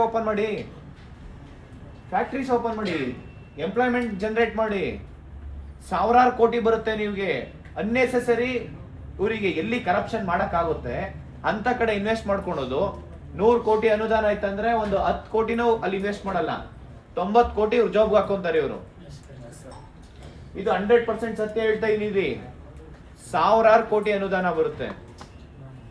ಇವರು ಯೂತ್ಸ್ಗೆ, ಇವರು ಮನೆಗೆ ಒಂದು ಕಾಲೋನಿಗೆ ಒಂದು ಜಾಬ್ ಕೊಡ್ಲಿ, ಗೌರ್ಮೆಂಟ್ ಜಾಬ್ ಸಾಕು. ಮನೆಗೆಲ್ಲ ಒಂದ್ ರೋಡಲ್ಲಿ ಒಬ್ಬ ವ್ಯಕ್ತಿನೇ ಓದ್ತಾ ಇರ್ತಾನೆ ಅಷ್ಟೇ, ಬೇರೆ ಯಾರು ಓದಲ್ಲ. ಕರೆಕ್ಟಾ? ಮನೆಗೆ ಅಂದ್ರೆ ಒಂದ್ ರೋಡಲ್ಲಿ ಅಟ್ಲೀಸ್ಟ್ ಸೀರಿಯಸ್ ಕ್ಯಾಂಡಿಡೇಟ್ಸ್ ಯಾರಿದ್ದಾರೆ ಅವ್ರಿಗೆ ನೀವು ನೋಟಿಫಿಕೇಶನ್ ಮಾಡಿ ಸಾಕು. ಇನ್ನು ಓದಕ್ ಆಗದೆ ಇದ್ದಂತವ್ರಿಗೆ ಒಂದಷ್ಟು ಫ್ಯಾಕ್ಟ್ರೀಸ್ ಕ್ರಿಯೇಟ್ ಮಾಡಿ. ನಮ್ ಕರ್ನಾಟಕದಲ್ಲಿ IT ಹಬ್ ಅಂತ ಏನ್ ನಾವು ಬೆಂಗಳೂರು ಅಂತೀವಿ, ಲಕ್ಷಾಂತರ ಜನ ಹೊರಗಡೆಯಿಂದ ಬಂದು ಇಲ್ಲಿ ಕೆಲಸ ತಗೊಂಡು ದುಡಿತಾ ಇದಾರೆ, ದುಡಿಮೆ ಮಾಡ್ತಿದ್ದಾರೆ. ಆದ್ರೆ ಕರ್ನಾಟಕದಲ್ಲಿ ಒಂದು ರಿಸರ್ವೇಶನ್ ಅನ್ನು ತಗೊಂಡ್ಬರ್ಲಿ. ಅದನ್ನ ಇಷ್ಟು ಜನ ಒಂದ್ 70 to 80% ಏನ್ ITBT ಹಬ್ಬಲ್ಲಿ ITBT ಕಂಪ್ನಿಯಲ್ಲಿ ಕೆಲಸ ಮಾಡ್ತಾರೆ. ಅದ್ರಲ್ಲಿ 80% ಲೇಬರ್ಸ್ ಎಂಪ್ಲಾಯೀಸ್ ನಮ್ ಕರ್ನಾಟಕದಲ್ಲೇ ಇರ್ಬೇಕು, ತಗೋಬೇಕು ಅಂತ ಒಂದು ರೂಲ್ ಮಾಡ್ಲಿ. ಅದನ್ನ ಮಾಡ್ಬೋದಾ ಇಲ್ವಾ? ಇವ್ರು ಮಾಡ್ಲೇಬೇಕು ಅಂತಂದ್ರೆ ಏನ್ ಬೇಕಾದ್ರೂ ಮಾಡ್ಬೋದು. ಯಾಕೆಂದ್ರೆ ಇವ್ರು ಪೊಲಿಟಿಕಲ್ ಪಾರ್ಟಿಗೆ ಸಾವಿರಾರು ಕೋಟಿ ಫಂಡ್ ಬರುತ್ತಲ್ವಾ, ಅವ್ರ ಅಡಿ ಹಾಳಾಗ್ಬಾರ್ದು. ಇವರು ಬೇರೆ ಕಂಪ್ನೀಸ್ ಏನಿದೆ, ಕಂಪ್ನಿ ಅಷ್ಟೇ ಇಲ್ಲಿ ಬೇರೆ ಕಂಪ್ನಿ ಸೆಟ್ ಅಪ್ ಮಾಡ್ಬೇಕು. ಎಲ್ಲದಕ್ಕಿಂತ ಹೆಚ್ಚಾಗಿ ಇವರು ಜನಸಾಮಾನ್ಯರ ಬಗ್ಗೆ ನೋಡ್ಬೇಕು, ಯೋಚನೆ ಮಾಡ್ಬೇಕು. ಫಸ್ಟ್ ಯೂತ್ಸ್ ಬಗ್ಗೆ ತುಂಬಾ ನೆಗ್ಲೆಕ್ಟ್ ಮಾಡ್ತಿದ್ದಾರೆ. ಇದನ್ನ ಹಿಂಗೆ ಬಿಟ್ರೆ ಆಗಲ್ಲ. ನಾನು ಹೇಳ್ತಾ ಇದೀನಿ, ಪ್ರತಿ ಒಬ್ರು ಎಚ್ಚೆತ್ಕೊಳ್ಳಿ. ನಾವು ಇನ್ನು ಜೀವರ್ಗಿಲ್ಲೂ ನಾವು ಒಂದು ಹೋರಾಟ ಮಾಡೋಣ.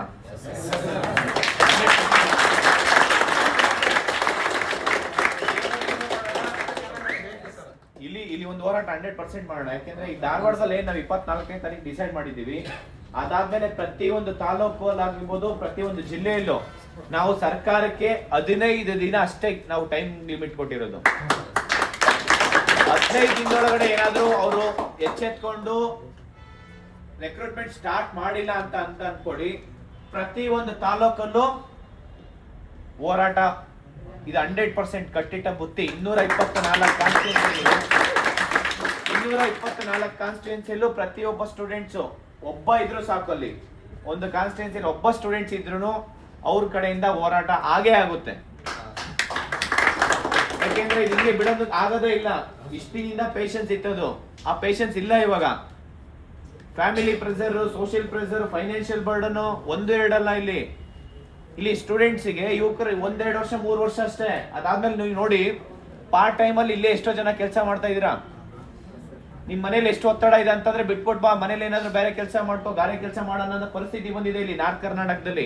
ಬೇರೆ ಇನ್ಯಾವ ಕೆಲಸನೂ ಇಲ್ಲಿ ಸಿಗಲ್ಲ. ಅಲ್ಲಿ ಯಾವ್ದಾರ ಫ್ಯಾಕ್ಟ್ರಿಗೆ ಹೋದ್ರೆ ಅಲ್ಲಿ ಸುಮಾರು ಒಂದು 10,000ಕ್ಕಿಂತ ಜಾಸ್ತಿ ಕೊಡೋದೇ ಇಲ್ಲ ಅವರು. ಸ್ಯಾಲ್ರಿ ಕೊಡ್ತಾರಾ? ಅದು ಹೆಚ್ಚೋದು 10,000 ಅಂತಂದ್ರೆ. ಹಂಗಾಗಿ ಇದು ನಮಗೆ ಬೇಕಾಗಿರೋಂಥದ್ದು ಜಾಬ್. ಗೌರ್ಮೆಂಟ್ ರೆಕ್ರೂಟ್ಮೆಂಟ್ ಏನಿದೆ ಅದನ್ನ ರೆಗ್ಯುಲರ್ ಆಗ್ಬೇಕು.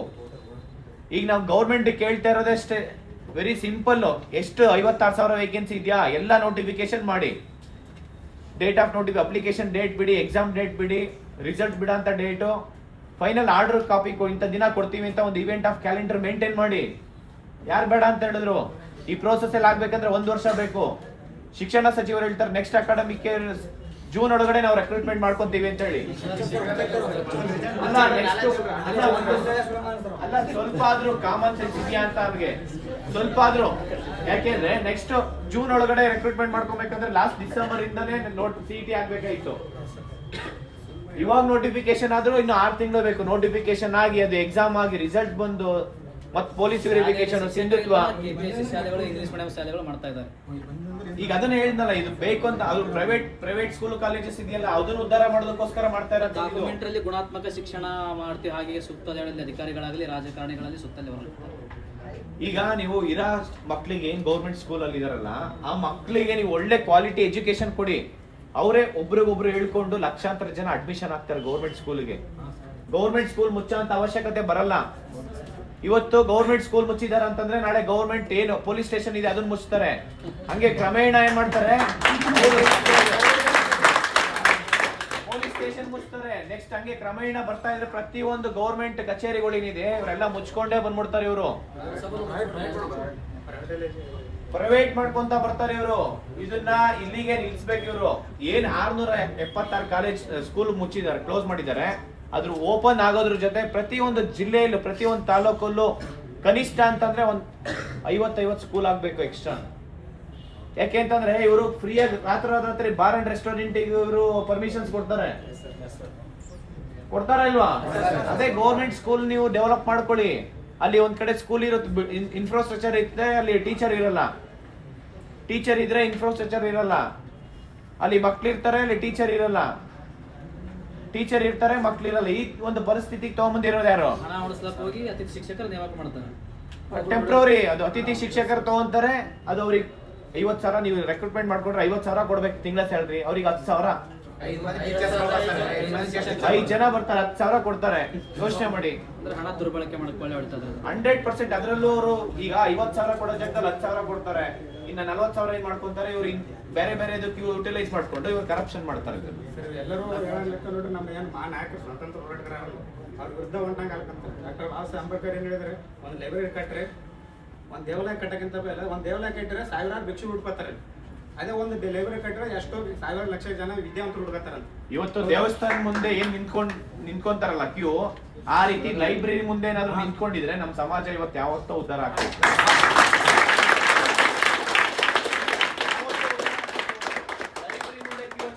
ಲೈಬ್ರರಿ ಒಂದು ಪ್ರಜಾವಾಣಿ ಪೇಪರ್ ಸಿಗ್ತಾ ಇಲ್ಲ. ಲೈಬ್ರರಿ ಒಳಗಡೆ ಒಂದು ಪೇಪರ್ ಇರುತ್ತೆ, ಅಲ್ಲಿ 10 ಜನ ಇರ್ತಾರೆ. ಆ 10 ಜನ ಇರತ್ತ 1000 ಜನ ಇರ್ಬೇಕು. ಅವತ್ತು ನಮ್ಮ ದೇಶ ಉದ್ಧಾರ ಆಗುತ್ತೆ. ಲೈಬ್ರರಿಗೆ ಹೋದ್ರೆ ಲೈಬ್ರರಿ ಫೆಸಿಲಿಟೀಸ್ ಕೊಡ್ಬೇಕು. ಹೊಸ ಈಗ ಏನ್ ಬುಕ್ಸ್ ಇರುತ್ತೆ ಮತ್ತೆ ಮ್ಯಾಗಝೀನ್ಸ್ ಇರುತ್ತೆ, ಅದನ್ನ ಫೆಸಿಲಿಟೀಸ್ ಕೊಡ್ಬೇಕು. ಇವ್ರು ಫೆಸಿಲಿಟೀಸೇ ಕೊಡಲ್ಲ. ಯಾಕೆ ಕೊಡಲ್ಲ ಅಂತಂದ್ರೆ, ಬಡವರು ಎಜುಕೇಶನ್ ತಗೊಂಡು ಒಳ್ಳೆ ಎಜುಕೇಶನ್ ನಾಲೆಡ್ಜ್ ಬಂದ್ಬಿಟ್ರೆ ಈ ಶ್ರೀಮಂತರು ಏನಿದಾರಲ್ಲ ಅವ್ರ ಮನೆಗೆ ಹೋಗ್ತಾರೆ. ಅವ್ರ ಮನೆಗೆ ಹೋಗಂತ ಸನ್ನಿವೇಶ ದೂರ ಇಲ್ಲ. ಇವತ್ತು ಪ್ರತಿಯೊಬ್ರು ನೀವು ಟಾರ್ಚರ್ ಕೊಡ್ತೀರಾ, ಎಷ್ಟು ಅನ್ಯಾಯಕ್ಕೆ ಒಳಗೋಗ್ತೀರಾ, ಒಂದಿನ ಎಲ್ಲ ಇವತ್ತೆಲ್ಲ ನಾಳೆ ನೀವೆಲ್ಲ ಆಚೆ ಬರ್ಲೇಬೇಕು. ಬರ್ಲಿಲ್ಲ ಅಂತಂದ್ರೆ ನಡೆಯಲ್ಲ. ಇದು ನೀವೆಲ್ಲ ಪ್ರಶ್ನೆ ಮಾಡ್ಲೇಬೇಕು. ನಿಮಗೆ ಆ ಒಂದು ರೈಟ್ಸ್ ಬಾಬಾ ಸಾಹೇಬ್ ಅಂಬೇಡ್ಕರ್ ಸಂವಿಧಾನದಲ್ಲಿ ಕೊಟ್ಟಿದ್ದಾರೆ. ದಯವಿಟ್ಟು ಅದನ್ನ ಯುಟಿಲೈಸ್ ಮಾಡ್ಕೊಳ್ಳಿ ಪ್ರತಿಯೊಬ್ರು. ಎಲೆಕ್ಷನ್ ಬೈಕಾಟ್ ಮಾಡೋದಲ್ಲ, ನೀವೆಲ್ಲರೂ ಎಲೆಕ್ಷನ್ ನಿಂತ್ಕೊಳ್ಳಿ.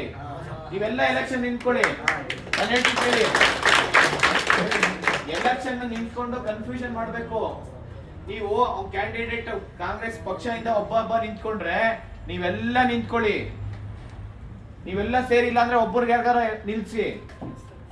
ಅದನ್ನ ಮಾಡ್ಬೇಕು, ಅವ್ರಿಗೆ ಮಾಡಿ ತೋರಿಸ್ಬೇಕು. ಏನಂದ್ರೆ ನಿಮ್ಮಲ್ಲಿ ಒಗ್ಗಟ್ಟು ಬರ್ಬೇಕಷ್ಟೇ. ನೀವು ಕುತ್ಕೊಂಡು ಚರ್ಚೆ ಮಾಡಿ, ಹೆಲ್ತಿ ಡಿಸ್ಕಷನ್ ಆಗ್ಬೇಕು. ನೀವೆಲ್ಲ ಹೆಲ್ತಿ ಡಿಸ್ಕಷನ್ ಮಾಡಿದ್ರೆ ಅವರು ನಿಮ್ಮನ್ನ ಹುಡ್ಕೊಂಡು ಅವ್ರು ಬರ್ಬೇಕು. ಇಲ್ಲ ನಾನು ಕೇಳಿದ್ ಬಾ ಮಾಡು, ನಿಮಗೆ ಓಟ್ ಹಾಕ್ತಿವಿ. ಯಾರು ಬರ್ತೀರಾ ಬನ್ನಿ. ನೀವೆಲ್ಲ ನಿಂತ್ಕೊಂಡು ಒಬ್ರಿಗೊಬ್ರು ಚರ್ಚೆ ಮಾಡಿ. ನಿಮ್ಮಲ್ಲಿ ಒಂದು 5-10 ಜನ ನಿಂತ್ಕೊಂಡು ಮುಂದೆ ನಿಂತ್ಕೊಂಡು ಪ್ರಶ್ನೆ ಮಾಡೋಂತ ತಾಕತ್ ಬೆಳೆಸ್ಕೊಬೇಕಷ್ಟೇ. ಅವ್ರು ಅಷ್ಟು ಜನ ಬರ್ತಾರೆ. ಪೊಲಿಟಿಷಿಯನ್ಸ್ ಯಾರ್ಯಾರು ನಿಂತಾರೆ ಅವ್ರು ಬರ್ತಾರೆ. ಇಲ್ಲ ನಿಮ್ಮಲ್ಲೇ ನಿಂತ್ಕೊಂತೀವಿ ಅಂತ ಅವ್ರಿಗೆ ಹೇಳ್ಬೇಕು. ಅವ್ರಿಗೆ ಹೌದಾ ಇಲ್ವಾ? ಇದನ್ನ ಮಾಡ್ಬೇಕು. ಎಲೆಕ್ಷನ್ ಬೈಕಾಟ್ ಮಾಡಿದ್ರೆ ಅವ್ರು ಆಯ್ತು, ಅವ್ರಿಗೆ ಏನ್ ಬೇಕು? ಈ ಒಂದು ಡೆಮೋಕ್ರಸಿಯಲ್ಲಿ 100 ಜನ ವೋಟರ್ಸ್ ಇದಾರ ಅಂತಂದ್ರೆ 20 ಜನ ವೋಟ್ ಹಾಕಿ 11 ಜನ ಯಾರಿಗ ಹಾಕ್ತಾನ ಅವನೇ ಗೆದ್ದ. 20 ಜನ ವೋಟ್ ಹಾಕಿದ್ರು 4 ಜನ ನಿಂತ್ಕೊಂಡಿದ್ರೆ ಅವ್ನಿಗೆ ಯಾರಿಗೆ 4 ಒಬ್ಬನಿಗೆ 5 ಬಿದ್ರೆ 5 ಜನ ಯಾರು ವೋಟ್ ಹಾಕಿ ಗೆಲ್ತಾನೋ ಅವನೇ ಗೆದ್ದ. ನೀವ್ ಯಾರು ವೋಟ್ ಹಾಕಿಲ್ಲ ಅಂದ್ರೆ ಒಬ್ಬ ವೋಟ್ ಹಾಕಿದ್ರೆ ಯಾರು ವೋಟ್ ಹಾಕ್ತಾನ ಅವನೇ ಗೆದ್ದಿದ್ದು. ಇದು ಆ ಪರಿಸ್ಥಿತಿಯಲ್ಲಿ ಇದೆ ಇದು ಡೆಮೋಕ್ರಸಿ ಅಂತಂದ್ರೆ. ಇಲ್ಲ ಇಷ್ಟೇ ಜನ ವೋಟ್ ಹಾಕ್ಲೇಬೇಕು ಅನ್ನೋ ಒಂದು ಕಾನೂನು ತಗೊಂಡ್ಬಂದಿದ್ರೆ ಅವಾಗ ಅವರು ನೀವ್ ಹೇಳಿದ ಕೆಲಸ ಮಾಡ್ತಾ ಇದ್ರು. ಬಟ್ ಆ ಒಂದು ಪರಿಸ್ಥಿತಿಯಲ್ಲಿ ಇಲ್ಲ. ಹೌದಾ ಇಲ್ವಾ? ಕರೆಕ್ಟಾ? ಇಷ್ಟು ಓಟ್ ಬೀಳಲೇಬೇಕು ಇಂಥ ಪರ್ಸನ್ಗೆ, ಇಷ್ಟೇ ಜನ ನಿಂತ್ಕೊಬೇಕು ಅನ್ನೋದಿಲ್ಲ. ನೀವು 100 ಜನ ನಿಂತ್ಕೊಳ್ಳಿ, 100 ಜನ ಓಟ್ ಡಿವೈಡ್ ಆಗುತ್ತೆ. ಅದ್ರಲ್ಲಿ ಯಾವನ ಎಷ್ಟು ತಗೊಂಡಿರ್ತಾನೆ, 10,000 ತಗೊಂಡ್ರೆ ಅವ್ನು ಇವತ್ತು 1 ಲಕ್ಷ ಜನ ಆಳ್ತಾನೆ. 1 ಲಕ್ಷ ವೋಟರ್ಸ್ ಇದ್ರೆ 10,000 ಓಟ್ ತಗೊಂಡು ಗೆದ್ದಿದ್ರು ಅವ್ನು 1 ಲಕ್ಷ ಜನ ಕಾಳ್ಬೇಕಾಗುತ್ತೆ. ಆಳ್ತಾನೆ ಇಲ್ವಾ? ನೋಡಿ, ಎಲೆಕ್ಷನ್ ಗೆಲ್ಲೋದಕ್ ಮುಂಚೆ ಪಕ್ಷ ಪಾರ್ಟಿ ಇರುತ್ತೆ. ಒಂದ್ಸತಿ ಎಲೆಕ್ಷನ್ ಗೆದ್ದಾದ್ಮೇಲೆ ಯಾವುದೇ ಸರ್ಕಾರ ಆಡಳಿತಕ್ಕೆ ಬಂದ್ಮೇಲೆ ಅದು ಎಲ್ಲಾರನ್ನೂ ಈಕ್ವಲ್ ಆಗಿ ನೋಡ್ಬೇಕದು. ಇಲ್ಲ ನೀನ್ ನನಗೆ ಓಟ್ ಹಾಕಿಲ್ಲ, ನನಗೆ ಓಟ್ ಹಾಕಿದೆ, ನೀನ್ ಕಾಂಗ್ರೆಸ್ ಓಟ್ ಹಾಕಿದ್ಯಾ, ಬಿಜೆಪಿ ಓಟ್ ಹಾಕಿದ್ಯಾ ಅನ್ನೋ ಪ್ರಶ್ನೆನೇ ಇಲ್ಲ ಅಲ್ಲಿ. ಯಾವುದೇ ಸರ್ಕಾರ ಬಂದ್ರು ಆ ಸರ್ಕಾರ ಎಂಟೈರ್ ಸ್ಟೇಟ್ಗೆ ಈಕ್ವಲ್ ಆಗಿ ಟ್ರೀಟ್ ಮಾಡ್ಬೇಕಾಗುತ್ತೆ. ಹೌದಾ ಇಲ್ವಾ? ಇಲ್ಲ ನೀನಿಗೆ ಜಾಬ್ ಕೊಡಲ್ಲ, ನೀನ್ ಅವ್ರಿಗೆ ಓಟ್ ಹಾಕಿದ್ಯಾ, ಇಲ್ಲ ನಾನು ನಿಮ್ಗೆ ನೋಟಿಫಿಕೇಶನ್ ಅಪ್ಲೈ ಮಾಡಂಗಿಲ್ಲ ಅಂತ ಏನಾದ್ರು ಇದೆಯಾ ಅಲ್ಲಿ? ರೂಲೇ ಇಲ್ಲ. ಹಂಗಾಗಿ ಪ್ರತಿ ಯಾವುದೇ ಸರ್ಕಾರ ಆಗಿರ್ಬೋದು, ಸರ್ಕಾರಕ್ಕೆ ಇದು ಕೊನೆ ಎಚ್ಚರಿಕೆ. 15 ದಿನದಲ್ಲಿ ಏನಾದ್ರೂ ಇವರು ನೋಟಿಫಿಕೇಶನ್ಸ್ ಮಾಡಿಲ್ಲ, ನಾವು ಇಡೀ ರಾಜ್ಯಾದ್ಯಂತ ಪ್ರತಿಯೊಂದು ಜಿಲ್ಲೆಯಲ್ಲೂ ಪ್ರತಿಯೊಂದು ತಾಲೂಕು ಹೋರಾಟ ಮಾಡೋಣ. ವಿಧಾನಸೌಧಕ್ಕೆ ಮುತ್ತಿಗೆ ಹಾಕಂತ ಸನ್ನಿವೇಶ ಬರುತ್ತದೋ 100% ಮಾಡೋಣ. ಅದು ಇವಾಗಲ್ಲ, ಸರ್ಕಾರಕ್ಕೆ ಒಂದು ಟೈಮ್ ಲಿಮಿಟ್ ಕೊಡೋಣ. ಒಂದೇ ಸತಿ ನಾವು ಎಲ್ಲ ಎಂಡು ಏನಿರುತ್ತೆ ಅದನ್ನೆಲ್ಲ ಮಾಡ್ಬೇಕಾಗಿರೋದು, ಸ್ಟೆಪ್ ಬೈ ಸ್ಟೆಪ್ ಮಾಡ್ಕೊಂಡು ಹೋಗ್ಬೇಕು. ಯಾವತ್ತೂ ನಮ್ಮ ಬೇಡಿಕೆ ಈಡೇರ್ತಂತಂದ್ರೆ ಎಲ್ರಿಗೂ ಸೇಫ್, ಎಲ್ರಿಗೂ ಒಳ್ಳೇದಾಗುತ್ತೆ. ಕರೆಕ್ಟಾ? ನಾವ್ ಇಲ್ಲಿ ವಿಧಾನಸೌಧ ಹೊಡಿಬೇಕು, ವಿಧಾನಸೌಧ ಮುತ್ತಿಗೆ ಹಾಕ್ಬೇಕು, ಅದು ನಮ್ದೇ ಪ್ರಾಪರ್ಟಿ. ಅದು ವಿಧಾನಸೌಧ ಯಾರ್ದು? ನಮ್ದೇ ಪ್ರಾಪರ್ಟಿ. ಮಿನಿಸ್ಟರ್ ಅಷ್ಟೇ ಯಾವನ ಒಬ್ಬನ ಎಲೆಕ್ಟ್ ಮಾಡಿರ್ತೀವಿ, ಇಲ್ಲ MLA ನಾವ್ ಎಲೆಕ್ಟ್ ಮಾಡಿರ್ತೀವಿ. ಅವನೋಗಿ ಸುಮ್ನೆ ಒಂದ್ ಸ್ವಲ್ಪ ಹೊತ್ತು ಕುತ್ಕೊಂಡಿರ್ತಾನೆ. ಟೆಂಪ್ರವರಿ ಜಾಬ್, ಒಂದು ಟೆಂಪ್ರವರಿ ಅಧಿಕಾರಿಯವನು ಅಷ್ಟೇ, ಟೆಂಪ್ರವರಿ ಅಧಿಕಾರ ಅನುಭವಿಸ್ತಾ ಇರ್ತಾನ ಅವನು. ಆ ಕೊಟ್ಟಿರೋ ಅಧಿಕಾರ ಯಾರು ಕೊಟ್ಟಿರೋದು? ಅದು ನೀವ್ ಕೊಟ್ಟಿರೋದು, ನೀವ್ ಕೊಟ್ಟಿರೋ ಭಿಕ್ಷೆ. ಅದು ಪಬ್ಲಿಕ್ ಪ್ರಾಪರ್ಟಿ, ಅದು ನಮ್ ಪ್ರಾಪರ್ಟಿ. ಅರ್ಥ ಮಾಡ್ಕೊಳ್ಳಿ. ಒಂದ್ಸತಿ ಆ ಪಬ್ಲಿಕ್ ಪ್ರಾಪರ್ಟಿ ನಾವು ಡ್ಯಾಮೇಜ್ ಮಾಡ್ತಾ ಅಂತಂದ್ರೆ ಮತ್ತೆ ನಾವು ಪೇ ಮಾಡ್ತಾ ಇರೋ ಟ್ಯಾಕ್ಸ್ ಮನಿನ ನಾವೇ ಕಳ್ಕೊಂಡಂಗೆ. ಪಬ್ಲಿಕ್ ಪ್ರಾಪರ್ಟಿ ಉಳಿಸ್ಕೊಂಡು ನಮ್ಮ ಸಮಾಜ ಯಾವ ರೀತಿ ಕಟ್ಟಬೇಕು ಅನ್ನೋದು ಯೋಚನೆ ಮಾಡೋಣ. ಆಯ್ತಲ್ಲ? ಎಲ್ರಿಗೂ ಅಷ್ಟೇ. ಇಲ್ಲ 35 ಕಾಲೇಜ್ ಬರುತ್ತೆ ಸರ್ ಗುಲ್ಬರ್ಗ ಯೂನಿವರ್ಸಿಟಿ ಒಳಗೆ. ಇಲ್ಲ, ಇದು ನೆನ್ನೆ ಹೇಳ್ತೀನಿ ನಾನು. ಗುಲ್ಬರ್ಗ ಬಂದಿದ್ದು 2-3 ವಿಚಾರ. ಒಂದು ಸ್ಟೇ ಫಂಡ್, ಯಾವ್ದು ಸೋಷಿಯಲ್ ವೆಲ್ಫೇರ್ ಡಿಪಾರ್ಟ್ಮೆಂಟ್ ಇಂದ ಮತ್ತೆ KKRDB ಇಂದ, Kalyana Karnataka rural development board ಇಂದ 2 ಜಾಯಿಂಟ್ ಆಗಿ ಒಂದು ನೋಟಿಫಿಕೇಶನ್ಸ್ ಆಗಿತ್ತು. KAS ಮತ್ತೆ IAS ಫ್ರೀ ಕೋಚಿಂಗ್, 400 ಜನ KAS, 100 ಜನ IAS ಆಫೀಸರ್ದು. 500 ಜನಕ್ಕೆ ಸ್ಟೇ ಫಂಡ್ ನೋಟಿಫಿಕೇಶನ್ ಅಲ್ಲಿ ಮೆನ್ಷನ್ ಮಾಡಿದಾರೆ. ಅವರು ನೋಟಿಫಿಕೇಶನ್ ಅಲ್ಲಿ ಮೆನ್ಷನ್ ಮಾಡಾದ್ಮೇಲೆ ಅವರು ಕೊಡ್ಬೇಕಾ ಬೇಡವಾ? 2024 ಫೆಬ್ರವರಿ ನೋಟಿಫಿಕೇಶನ್ ಆಗಿದೆ. ಮೇಲ್ ಎಕ್ಸಾಮ್ಸ್ ಕಂಡಕ್ಟ್ ಮಾಡಿ ಇವರು ಹಂತವಾಗಿ ತಗೊಂಡಿದ್ದಾರೆ. ಆಗಸ್ಟ್ ಒಳಗಡೆ ಇವರು ಕಲ್ಯಾಣ ಕರ್ನಾಟಕ ಅಂದ್ರೆ 7 ಡಿಸ್ಟ್ರಿಕ್ಟ್ ಬರುತ್ತೆ. ಇವರು ಕಲಬುರ್ಗಿ DC ಏನಿದಾರಲ್ವಾ, ಅವರು ಒಂದು ಆರ್ಡರ್ ಪಾಸ್ ಮಾಡಿದ್ದಾರೆ ಆಗಸ್ಟ್ ಒಳಗಡೆ. ಇವರಿಗೆ ಯಾವ ಅಧಿಕಾರ ಕೊಟ್ಟರು ಆರ್ಡರ್ ಪಾಸ್ ಮಾಡೋದಕ್ಕೆ? ನಾವು ಸ್ಟೇ ಫಂಡ್ ಕೊಡಲ್ಲ ಅಂತ ಹೇಳಿ ಯಾರು ಕೊಟ್ರು ಇವರಿಗೆ? ಇವರು ಸ್ಟೇ ಫಂಡ್ ಕೊಡಲ್ಲ ಅಂತ ಹೇಳ್ಬಿಟ್ಟು ಒಂದು ಆರ್ಡರ್ ಪಾಸ್ ಮಾಡಿದ್ದಾರೆ. ನಿನ್ನೆ ಹೋಗಿ ಕೇಳಿದ್ರೆ ಇಲ್ಲ ನಾವು ಸಮಾಜ ಕಲ್ಯಾಣಕ್ಕೆ ನಾವು ಲೆಟರ್ ಬರ್ದಿದೀವಿ, ಆ ಲೆಟರ್ ಕೊಟ್ಟಿದ್ದಾರೆ, ಇನ್ನೊಂದು ನಾವು ಇದ್ ಮಾಡ್ತೀವಿ ಅಂತ ಹೇಳಿ. ಅಂದ್ರೆ ಎಷ್ಟು ಬೇಜವಾಬ್ದಾರಿ ತರ ನೋಡಿ ಇದು. ಒಂದ್ಸತಿ ನೋಟಿಫಿಕೇಶನ್ ಏನಿರುತ್ತೆ ಅದ್ರ ಪ್ರಕಾರನೇ ಫಾಲೋ ಮಾಡಬೇಕು. ಒಂದು ಪೊಲೀಸ್ ಸ್ಟಾಪ್, ಒಂದು ಕ್ವಶನ್ ಮಾರ್ಕ್, ಒಂದು ಯುನೈಟೆಡ್ ಕಾಮ ಇರ್ಬೋದು, ಪ್ರತಿ ಒಂದು ಇಂಪಾರ್ಟೆಂಟ್ ಆಗುತ್ತೆ. ಹೌದಾ ಇಲ್ವಾ? ಯಾಕೆ ಅಂತಂದ್ರೆ ಯಾವುದೇ ಒಂದು ಆರ್ಡರ್ ಪಾಸ್ ಮಾಡ್ಬೇಕಂದ್ರೆ 100 ಸತಿ ಕ್ರಾಸ್ ಚೆಕ್ ಮಾಡ್ಬೇಕು. ನಿಮ್ಗೆ 6 ತಿಂಗಳು ಕಾಣಿಸಿಲ್ಲ, ಗೊತ್ತಿಲ್ದಿರೋ ಅಧಿಕಾರಿಗಳು ತಪ್ಪು ಮಾಡಿದಾರೆ ಅಂತಂದ್ರೆ ನೀವೇನು ಮಣ್ ತಿಂತಾ ಇದ್ರ ಇವರು? ಅಲ್ಲ, ಇವರಿಗೆ ಸ್ಯಾಲ್ರಿ, ಒಂದು ಸರ್ಕಾರದಿಂದ ಸ್ಯಾಲ್ರಿ 1 ಲಕ್ಷ ಇಲ್ಲ 2 ಲಕ್ಷ ಸ್ಯಾಲ್ರಿ ಕೊಡ್ತಾ ಇರ್ತೀವಿ ಅಂತ ಅನ್ಕೊಳ್ಳಿ. ಇಲ್ಲ ಸುಮ್ಮನೆ ಅದರಲ್ಲಿ ಮೆನ್ಷನ್ ಮಾಡಿದೀವಿ, ನಮಗೆ ಗೊತ್ತಿರ್ಲಿಲ್ಲ, ನಿಮಗೆ ಸ್ಯಾಲ್ರಿ ಕೊಡಲ್ಲ, ನೀವು ಜಾಬ್ ಬಿಟ್ಟೋಗಿ ಅಂದ್ರೆ ಬಿಟ್ಟೋಗ್ತೀರಾ? ಈ ಒಂದು ಪರಿಸ್ಥಿತಿ ಇವರು ಅದೇ ಪ್ರಶ್ನೆ ಮಾಡಿಲ್ಲ ಅಂತಂದ್ರೆ, ಇವತ್ತು ಅಲ್ಲಿ ಕಲ್ಯಾಣ ಕರ್ನಾಟಕದಲ್ಲಿ ಒಂದು ಬಿಲ್ಡಿಂಗ್ ಮಾಡಿದ್ದಾರೆ, ಪ್ರಬುದ್ಧ ಅಕಾಡೆಮಿ ಅಂತ ಹೇಳ್ಬಿಟ್ಟು. ಕಲಬುರಗಿಯಿಂದ 3 ಕಿಲೋಮೀಟರ್ ಆಚೆ ಇದೆ ಅದು. ಅಲ್ಲಿ ಸರೌಂಡಿಂಗ್ ಒಂದು ಬಿಸ್ಕೆಟ್ ಪ್ಯಾಕ್ ಸಿಗಲ್ಲ, ಅಲ್ಲಿ ಒಂದು ಅಂಗಡಿ ಇಲ್ಲ. ಮತ್ತೆ ಎಲ್ಲಾ ಸ್ಟೂಡೆಂಟ್ಸ್ 500 ಜನ ಏನಿದ್ದಾರೆ, ಬೀದರ್, ಯಾದಗಿರಿ, ಬೇರೆ ಬೇರೆ ಡಿಸ್ಟಿಕ್ ಇಂದ, ಗುಲ್ಬರ್ಗ, ಅಲ್ಲಿಂದ ಬಂದು ರಾಯಚೂರು, ಅಲ್ಲಿಂದ ಬಂದು ಅಲ್ಲಿ ಕ್ಲಾಸ್ ತಗೊಳ್ಳೋಂಥದ್ದು. ಇವರು ಬೆಳಗ್ಗೆ 10 ಗಂಟೆ ಕ್ಲಾಸ್ ತಗೊಳ್ತಾರೆ, ಅವ್ರು ಬೆಳಗ್ಗೆ 5 ಗಂಟೆಗೆ ಬಿಡ್ಬೇಕು ಪಾಪ. ಅಲ್ಲೊಂದು ಎಕೋ ಫ್ರೆಂಡ್ಲಿ ಒಂದು PG ಇಲ್ಲ, ಒಂದು ರೂಮ್ ಇಲ್ಲ, ಒಂದು ಕ್ಯಾಂಟೀನ್ ಇಲ್ಲ. ಈ ತರ ಎಲ್ಲ ಪರಿಸ್ಥಿತಿ ಇದೆ. ಅದನ್ನ ಸರಿಪಡಿಸಿ ಅಂತ ಹೋಗಿ ಕೇಳಿದೀವಿ ನಾವು. ಅವ್ರು ಇಷ್ಟ ಬಂದಂಗೆ ಮಾತಾಡ್ತಿದ್ದಾರೆ. ನಾವು 1 ತಿಂಗಳು ಟೈಮ್ ಕೊಟ್ಟಿದ್ದೀವಿ ಅವರಿಗೆ. ಸಪೋಸ್ ಏನಾದರೂ ನೀವು ಸ್ಟೇ ಫಂಡ್ ಕೊಟ್ಟಿಲ್ಲ ಅಂತಂದ್ರೆ 1 ತಿಂಗಳಾದ್ಮೇಲೆ ಎಲ್ಲ ಸ್ಟೂಡೆಂಟ್ಸು, ಕಡಿಮೆ ಅಂದ್ರೆ ಒಂದು 5,000 ಜನ ಸ್ಟೂಡೆಂಟ್ಸು ಸೇರಿ ಅವ್ರನ್ನ ಇಲ್ಲೇ ಅನಿರ್ದಿಷ್ಟಾವಧಿ ಹೋರಾಟ ಮಾಡಿ ಅವರಿಗೆ ಸ್ಟೇ ಫಂಡ್ ಕೊಡೋಂಥ ಕೆಲಸ ಮಾಡಿಸ್ತೀವಿ ನಾವು ಅಂತ ಹೇಳಿ. ಅದಾದ್ಮೇಲೆ Gulbarga ಯೂನಿವರ್ಸಿಟಿಯಲ್ಲಿ 2024ರಲ್ಲಿ 2nd sem 4th sem B.Ed ಸ್ಟೂಡೆಂಟ್ಸ್ಗೆ ಎಕ್ಸಾಮ್ ಬರ್ದಿರೋಂಥದ್ದು. ಅದು ವಿತಿನ್ 45 ಡೇಸ್ ಅಲ್ಲಿ ರಿಸಲ್ಟ್ಸ್ ಬಿಡ್ಬೇಕಾಯ್ತು.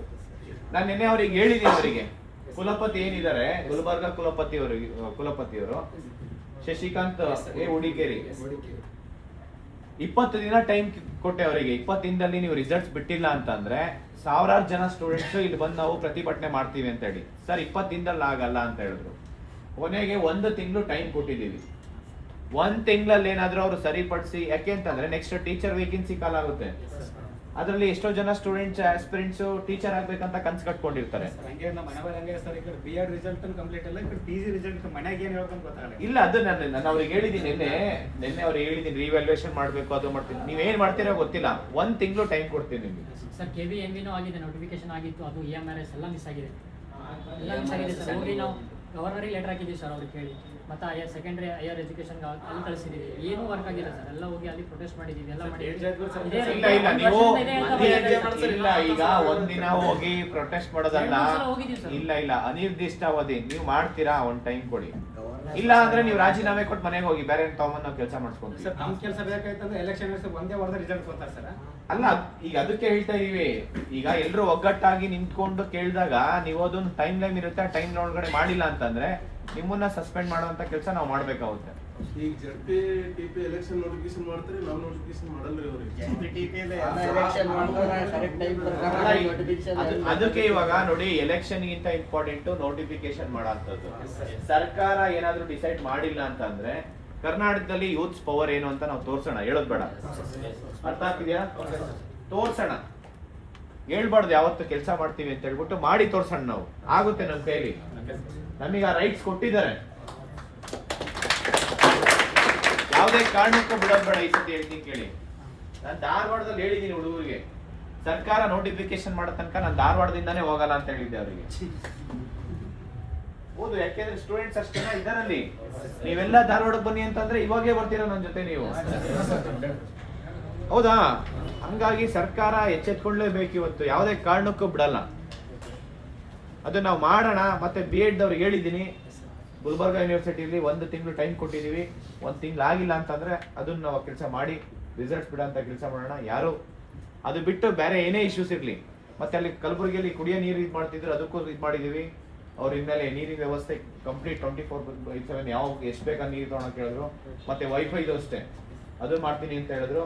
ಅಲ್ಲಿ ಲೈಬ್ರರಿ, ಗೌರ್ಮೆಂಟ್ ಲೈಬ್ರರಿಲಿ ಮ್ಯಾಗಝಿನ್ಸ್ ಇರ್ಬೋದು, ಸ್ಪರ್ಧಾ ವಿಜೇತ ಮ್ಯಾಗಝಿನ್ಸು, ಮತ್ತೆ ಪೇಪರ್ಸು, ಮತ್ತೆ ಚೇರ್ ವಿಚಾರ ಇರ್ಬೋದು, ಹೊಸ ಚೇರ್ಸ್ ಕೊಡೋಂಥದ್ದು, ಇವೆಲ್ಲನೂ ಹೇಳಿದ್ದೀವಿ. ಪ್ರೈವೇಟ್ ಲೈಬ್ರರೀಸ್ ಏನಿರುತ್ತೋ ಅದೇ ರೀತಿ ಆ ಗೌರ್ಮೆಂಟ್ ಲೈಬ್ರರಿ ಸ್ವಲ್ಪ ಫೆಸಿಲಿಟೀಸ್ ಕೊಡೋ, ಬೇಸಿಕ್ ಫೆಸಿಲಿಟೀಸ್.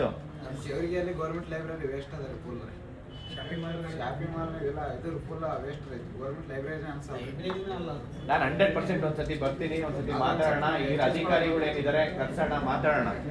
ಅಲ್ಲಿ ಒಂದು ಬೇಸಿಕ್ ಫೆಸಿಲಿಟೀಸ್ ಕೊಡ್ಲೇಬೇಕದು, ಕರೆಕ್ಟ್ ಅಲ್ಲ? ಅದನ್ನ ಮಾಡೋಂಥ ಕೆಲಸ ಮಾಡೋಣ. ಶಾಸಕರು ಸರ್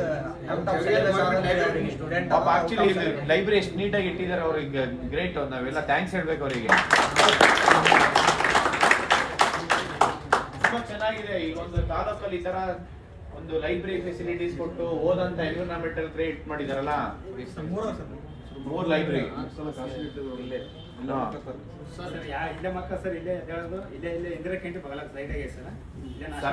ಸರ್ಕಾರಕ್ಕೆ ನೋಡಿ, ಇಲ್ಲೇ ನೋಡಿ, ಜಾಸ್ತಿ ದೂರ ಇಲ್ಲ. ನಾನು ಇಲ್ಲೇ ಕೂತ್ಕೊಂಡಿದ್ದೀನಿ. ಪ್ರತಿ ಚೇರಲ್ಲೂ ಯಾವ ಚೇರ್ ನೋಡಿದ್ರು 2-3 ಬೆಡ್ಶೀಟ್ ಇದೆ. ಸರ್ಕಾರ ಇವು ಆಸೆ ತಗೊಂಡು ಇಲ್ಲ, ಏನ್ ಮಾಡ್ಬೇಕು ಗೊತ್ತಾ, ಇಲ್ಲಿರೋ ಅಧಿಕಾರಿ MLA ಯಾರ್ಯಾರು ಇದಾರಲ್ಲ, ಔಟ್ ಆಫ್ ಸಿಲೆಬಸ್ ಆದಂತ ಸರ್ ಅವ್ರಿಗೆ ಇದು ಅಲ್ಲ ಮಿನಿಸ್ಟರ್ಸ್ ಯಾರು ಬರ್ತಾರಲ್ಲ, ಮಿನಿಸ್ಟರ್ ಅಧಿಕಾರಿಗಳು ಅವ್ರನ್ನೆಲ್ಲ ಒಂದಷ್ಟು ದಿನ ಏನ್ ಮಾಡ್ಬೇಕು ಗೊತ್ತಾ, ಅವ್ರನ್ನ ಈ ರೂಮ್ ಒಳಗಡೆ ಕೂಡ ಹಾಕ್ಬಿಟ್ಟು ಲಾಕ್ ಮಾಡ್ಬಿಡ್ಬೇಕು. ಅವಾಗ ಅವ್ರಿಗೆ ಬುದ್ಧಿ ಬರುತ್ತೆ. ಅಲ್ಲ, ಅವ್ರನ್ನ ಇದ್ರೊಳಗಡೆ ಕೂಡ ಹಾಕ್ಬಿಟ್ಟು ಊಟ ಅಲ್ಲಿ ವಿಂಡೋ ಕಿಟಕಿಯಿಂದ ಊಟ ಸಪ್ಲೈ ಮಾಡ್ಬೇಕು. ಇಲ್ಲ ಒಂದಷ್ಟು ದಿನ ಇರಪ್ಪ, 1 ವಾರ ಅಂತ ಹೇಳಿ. ಸರ್ ಇನ್ನೊಂದು ಮನವಿ ಸರ್, ಎಲ್ಲರೂ ಈ ಸಲ ಮಾತಾಡ್ತೀವಿ ರೀ. ಈ ಪರಮೇಶ್ವರ ಪೋಸ್ಟ್ ಕೊಡಲ್ಲ ಅಂತ ಬೈತೀವಿ, ಬಂದು ಬಂಗಾರಕ್ಕೂ ಬೈತೀವಿ. ಅವರೇ ನಾಳೆಗೆ ಬಂದು ಜೋರಿಯಾಗಿ ಬಂದು ಸಮಸ್ಯೆ ಕೇಳತ್ರ ಅಂದ್ರೆ ಫೋಟೋ ತೆಗೆದು ಸ್ಟೇಟಸ್ ಬಡ್ದಾಡ್ತೀವಿ ನಾವು. ಸಮಸ್ಯೆ ಕೇಳೋರು ಯಾರು ಇಲ್ಲ ಸರ್. ಅದು ಮೊದಲು ಯುವಕರ ಮೇಲೆ ಅದು ಬರ್ಬೇಕದು. ಯಾವ್ದೇ ಡಿಸ್ಟ್ರಿಕ್ಟ್ ಹೋಗ್ಲಿ, ಯಾವ್ದೇ ಮಿನಿಸ್ಟರ್ಸ್ ಇರ್ಲಿ, ನಾನು ಹೇಳ್ತೀನಲ್ಲ, ಪ್ರಶ್ನೆ ಮಾಡ್ಬೇಕು. ಸ್ಟೇಟಸ್ ಬಡ್ದಾಡ್ತೀವಿ ಹೊರತು ನೀವು ಸಮಸ್ಯೆ ಕೇಳಲ್ಲ. ನಾನು ಹೇಳ್ತೀನಿ ಕೇಳಿ, ಇದೊಂದು ಮೈಕ್ ಅಲ್ವಾ, ಮುತ್ಯಗಳು ಹಿಂಗೆ ಮೈಕ್ ಒಬ್ಬ ಫ್ರೆಂಡ್ ತಗೊಳ್ಳಿ, ಈ ತರದ್ ಒಂದು 10 ಮಾಡಿಸ್ಕೊಂಬಿಡಿ, 10 ಮಾಡಿಸ್ಕೊಡಿ. ನೀವೇ ಹೇಳ್ತೀನಿ ಕೇಳಿ, ಈ ತರ ಮಾಡಿಸ್ಕೊಂಡು ನೀವೇ ಒಬ್ಬರ ಫ್ರೆಂಡ್ ತಗೊಂಡು ಹೋಗಿ ಒಂದ್ 10 ಜನ ನಿಂತ್ಕೊಂಡು ಪ್ರಶ್ನೆ ಮಾಡಿ ಅವರಿಗೆ. ಯಾವ ಕಾರ್ಯಕ್ರಮ ಮಾಡೋದಕ್ಕೂ ಕರ್ನಾಟಕದಲ್ಲಿ ಬಿಡಬೇಡಿ, ಬರೀ ಜೇವರ್ಗಿ ಅಂತಲ್ಲ, ಇಡೀ ಕರ್ನಾಟಕದಲ್ಲಿ ಎಲ್ಲ ಆಸ್ಪಿರೆಂಟ್ಸ್ ಪ್ರಶ್ನೆ ಮಾಡಲೇಬೇಕು. ಪ್ರಶ್ನೆ ಮಾಡಿಲ್ಲ ಅಂತಂದ್ರೆ ಸರಿ ಹೋಗಲ್ಲ. ಇಲ್ಲಿ ಯಾವುದೇ ನೋಡಿ, ನಮ್ಮಲ್ಲಿ ನಾನು ಅವಾಗ ಹೇಳ್ದೆ, ವೆರಿ ಸಿಂಪಲ್, ನಮ್ಮಲ್ಲಿ ಒಗ್ಗಟ್ಟು ಬೆಳೆಸ್ಕೊಬೇಕು. ಯುನೈಟ್ ಆದ್ರೆ ಏನ್ ಬೇಕಾದ್ರೂ ಮಾಡ್ಬೋದು. ನೀವು ಒಬ್ಬ ಹೋಗಿ ಪ್ರಶ್ನೆ ಮಾಡಕ್ ಆಗಲ್ಲ, ಕರೆಕ್ಟಾ? ಒಂದು ಕಾರ್ಯಕ್ರಮ ಆಯ್ತಂತಂದ್ರೆ ಎಲ್ಲಾ ಲೈಬ್ರರೀಸ್ ಒಂದು ಗ್ರೂಪ್ ಮಾಡಿ, ನಾನೇ ಗ್ರೂಪ್ ಮಾಡ್ತೀನಿ ದೇವರಿಗೆ ಇದು ಬೇಕಾದ್ರೆ, ಎಲ್ಲಾ ಸ್ಟೂಡೆಂಟ್ಸ್ ನೀವು ಅದರಲ್ಲಿ ಜಾಯ್ನ್ ಆಗಿ ಟೆಲಿಗ್ರಾಮ್ ಗ್ರೂಪ್ ಅಲ್ಲಿ ಏನಾದ್ರೂ ಒಂದು ಫಂಕ್ಷನ್ಸ್ ಆಗ್ತಾ ಇದೆ, ಒಂದು ಕಾರ್ಯಕ್ರಮ ನಡೀತಾ ಇದೆ ಅಂತ, ಬರೀ ಇದೊಂದೇ ಅಂತಲ್ಲ, ಪ್ರತಿಯೊಂದು ಜಿಲ್ಲೆ ತಾಲೂಕಲ್ಲಿ ಇರ್ಬೋದು, ಹೋಗಿ ಅಲ್ಲಿ ಅಧಿಕಾರಿಗಳ ಪ್ರಶ್ನೆ ಮಾಡಿ. ಬೆಳಗ್ಗೆ ಎದ್ದು ವಾರಕ್ಕೊಂದು ಅರ್ಧ ಗಂಟೆ 1 ಅವರ್ ನಿಮಗೆ ಅಲ್ಲಿ ಗೊತ್ತಾಗುತ್ತಾ ಎನ್ವಿರಾನ್ಮೆಂಟ್ ಅಲ್ಲಿ ಹೆಂಗಿದೆ ಅಂತ. ಸ್ಟೂಡೆಂಟ್ಸ್ ಈ ಒಂದು ಕಂಫರ್ಟ್ ಝೋನ್ ಇಂದ ಆಚೆ ಬರಬೇಕು. ಪ್ರಶ್ನೆ ಮಾಡಿಲ್ಲ ಅಂತಂದ್ರೆ ನಿಮಗೆ ಸಮಸ್ಯೆನೇ ತಿಳಿಯಲ್ಲ. ಅಲ್ಲಿ ಎಲ್ರು ಪ್ರಶ್ನೆ ಮಾಡಿ,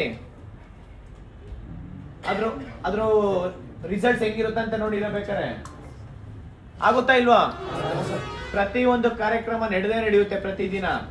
ಹೋಗಿ 100 ಜನ ಒಗ್ಗಟ್ಟಾಗಿ ನಿಂತ್ಕೊಳ್ಳಿ. ಆಕ್ಚುಲಿ ಹಳ್ಳಿಗಳಲ್ಲಿ ಡಿಜಿಟಲ್ ಲೈಬ್ರರಿ ಬಂದಿದೆ, ಅದನ್ನು ಮಾಡ್ತಾ ಇಲ್ಲ ಸರ್. ಡಿಜಿಟಲ್ ಲೈಬ್ರರಿ ಬಂದಿದೆ ಸರ್. ನೀವು ಹಳ್ಳಿಯಲ್ಲಿ ತಾಲೂಕು ಬಿಡಿ, ನಾನು ಹೇಳ್ತೇನೆ ಡಿಸ್ಟಿಕ್ ಅಲ್ಲಿ ಕುಡಿಯೋ ನೀರಿಗೆ ಚೇರ್ ಹಾಕೋ ಕೂತ್ಕೊಂಡಿದ್ದಾರೆ ಅಂದ್ರೆ ಯೋಚನೆ ಮಾಡಿ. ನೀರ್ ಕುಡಿಬೇಡ ಅಂತ ನಂಗೆ ಆಯ್ತಾ?